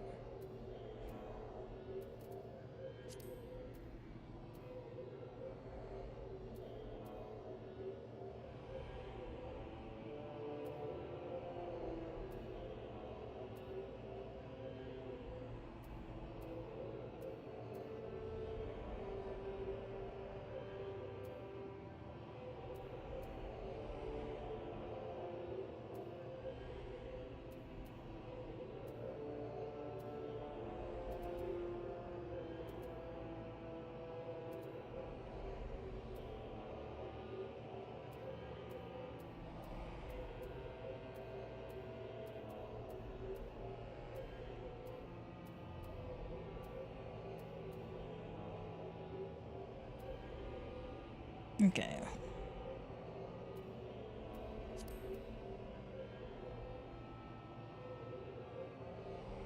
After seeing Graha's eyes during Crystal Tower, I had to change mine. Still want to work on the color though. Yeah. I thought about it. But I think it would bug me too much not to have his blue eyes. I think he'd look weird with a red eye.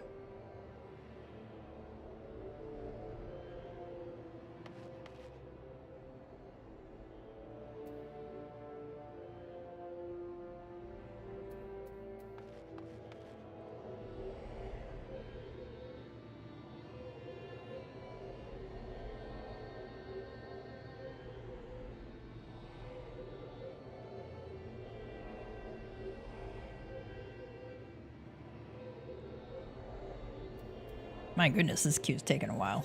Sorry about that.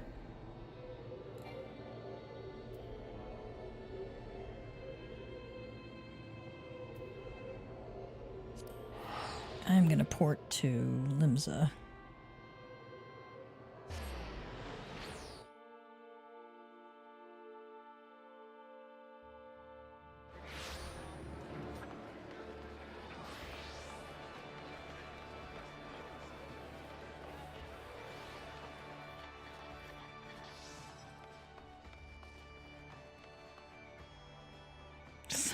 And Keto the green chicken.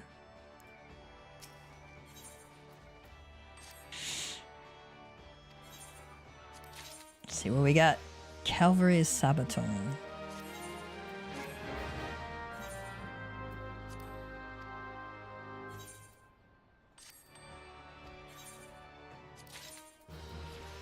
Querus of the Divine War.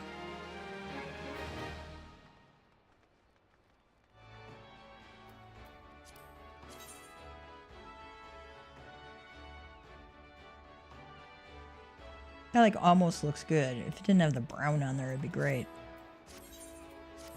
Could be good for glam, but brown just doesn't float my boat.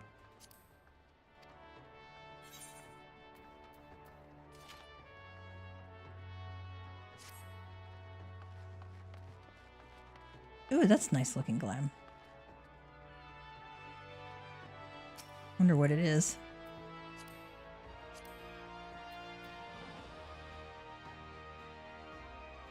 That is a rose blood coat. Oh my god, that's fantastic outfit.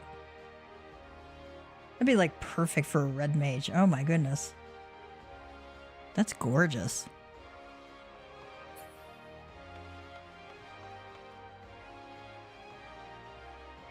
I wonder where you get that.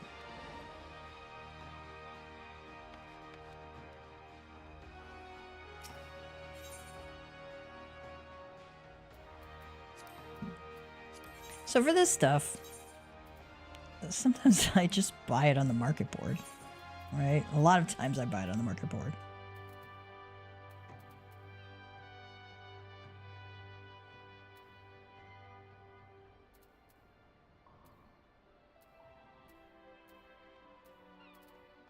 Heavy steel lance.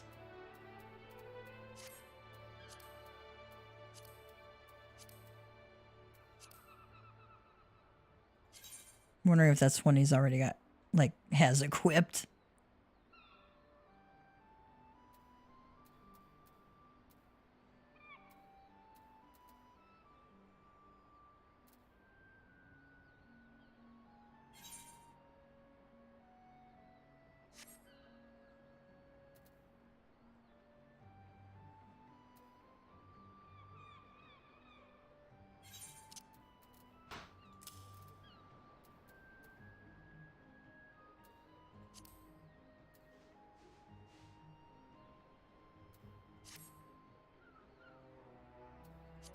Now I closed all those,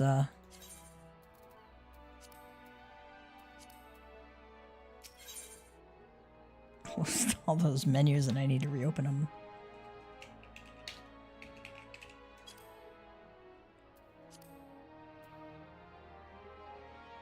Cobalt Delabra, see it's 4K on the market board and the shop selling price is 5,700, so I may as well buy it here if I don't feel like making it. Steel Mitt Gauntlets.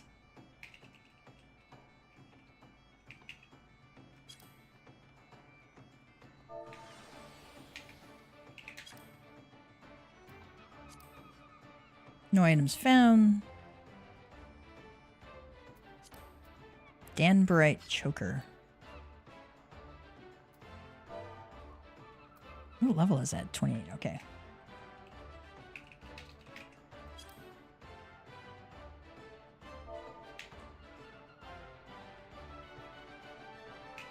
It helps if you spell it correctly.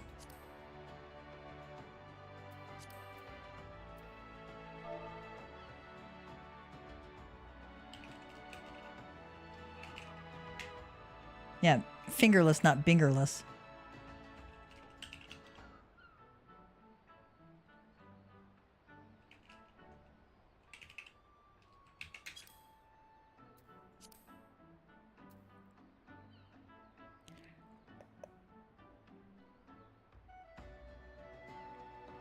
Okay. High quality will give you like double the points, but I don't need to advance it that fast, so I'll just buy it off the market board. Or I mean from the vendor.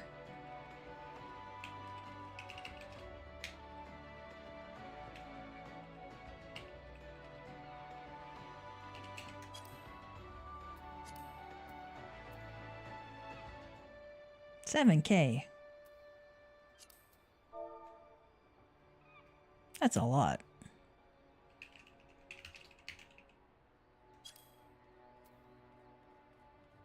Go to I might actually make this because I definitely need the alchemy points.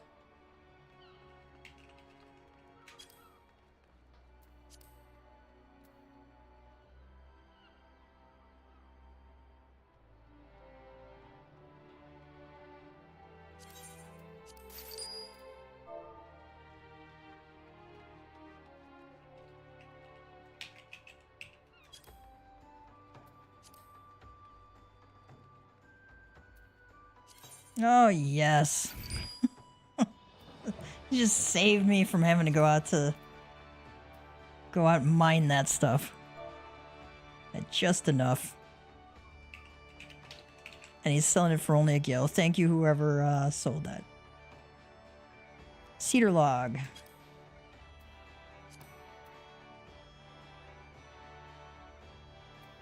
Yeah, I'll buy 20 of them. Knife fish.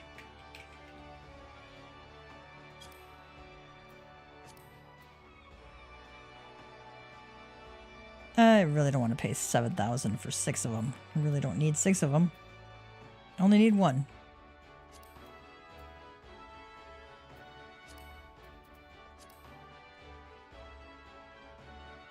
That one I would just, I might do an ocean fishing later today.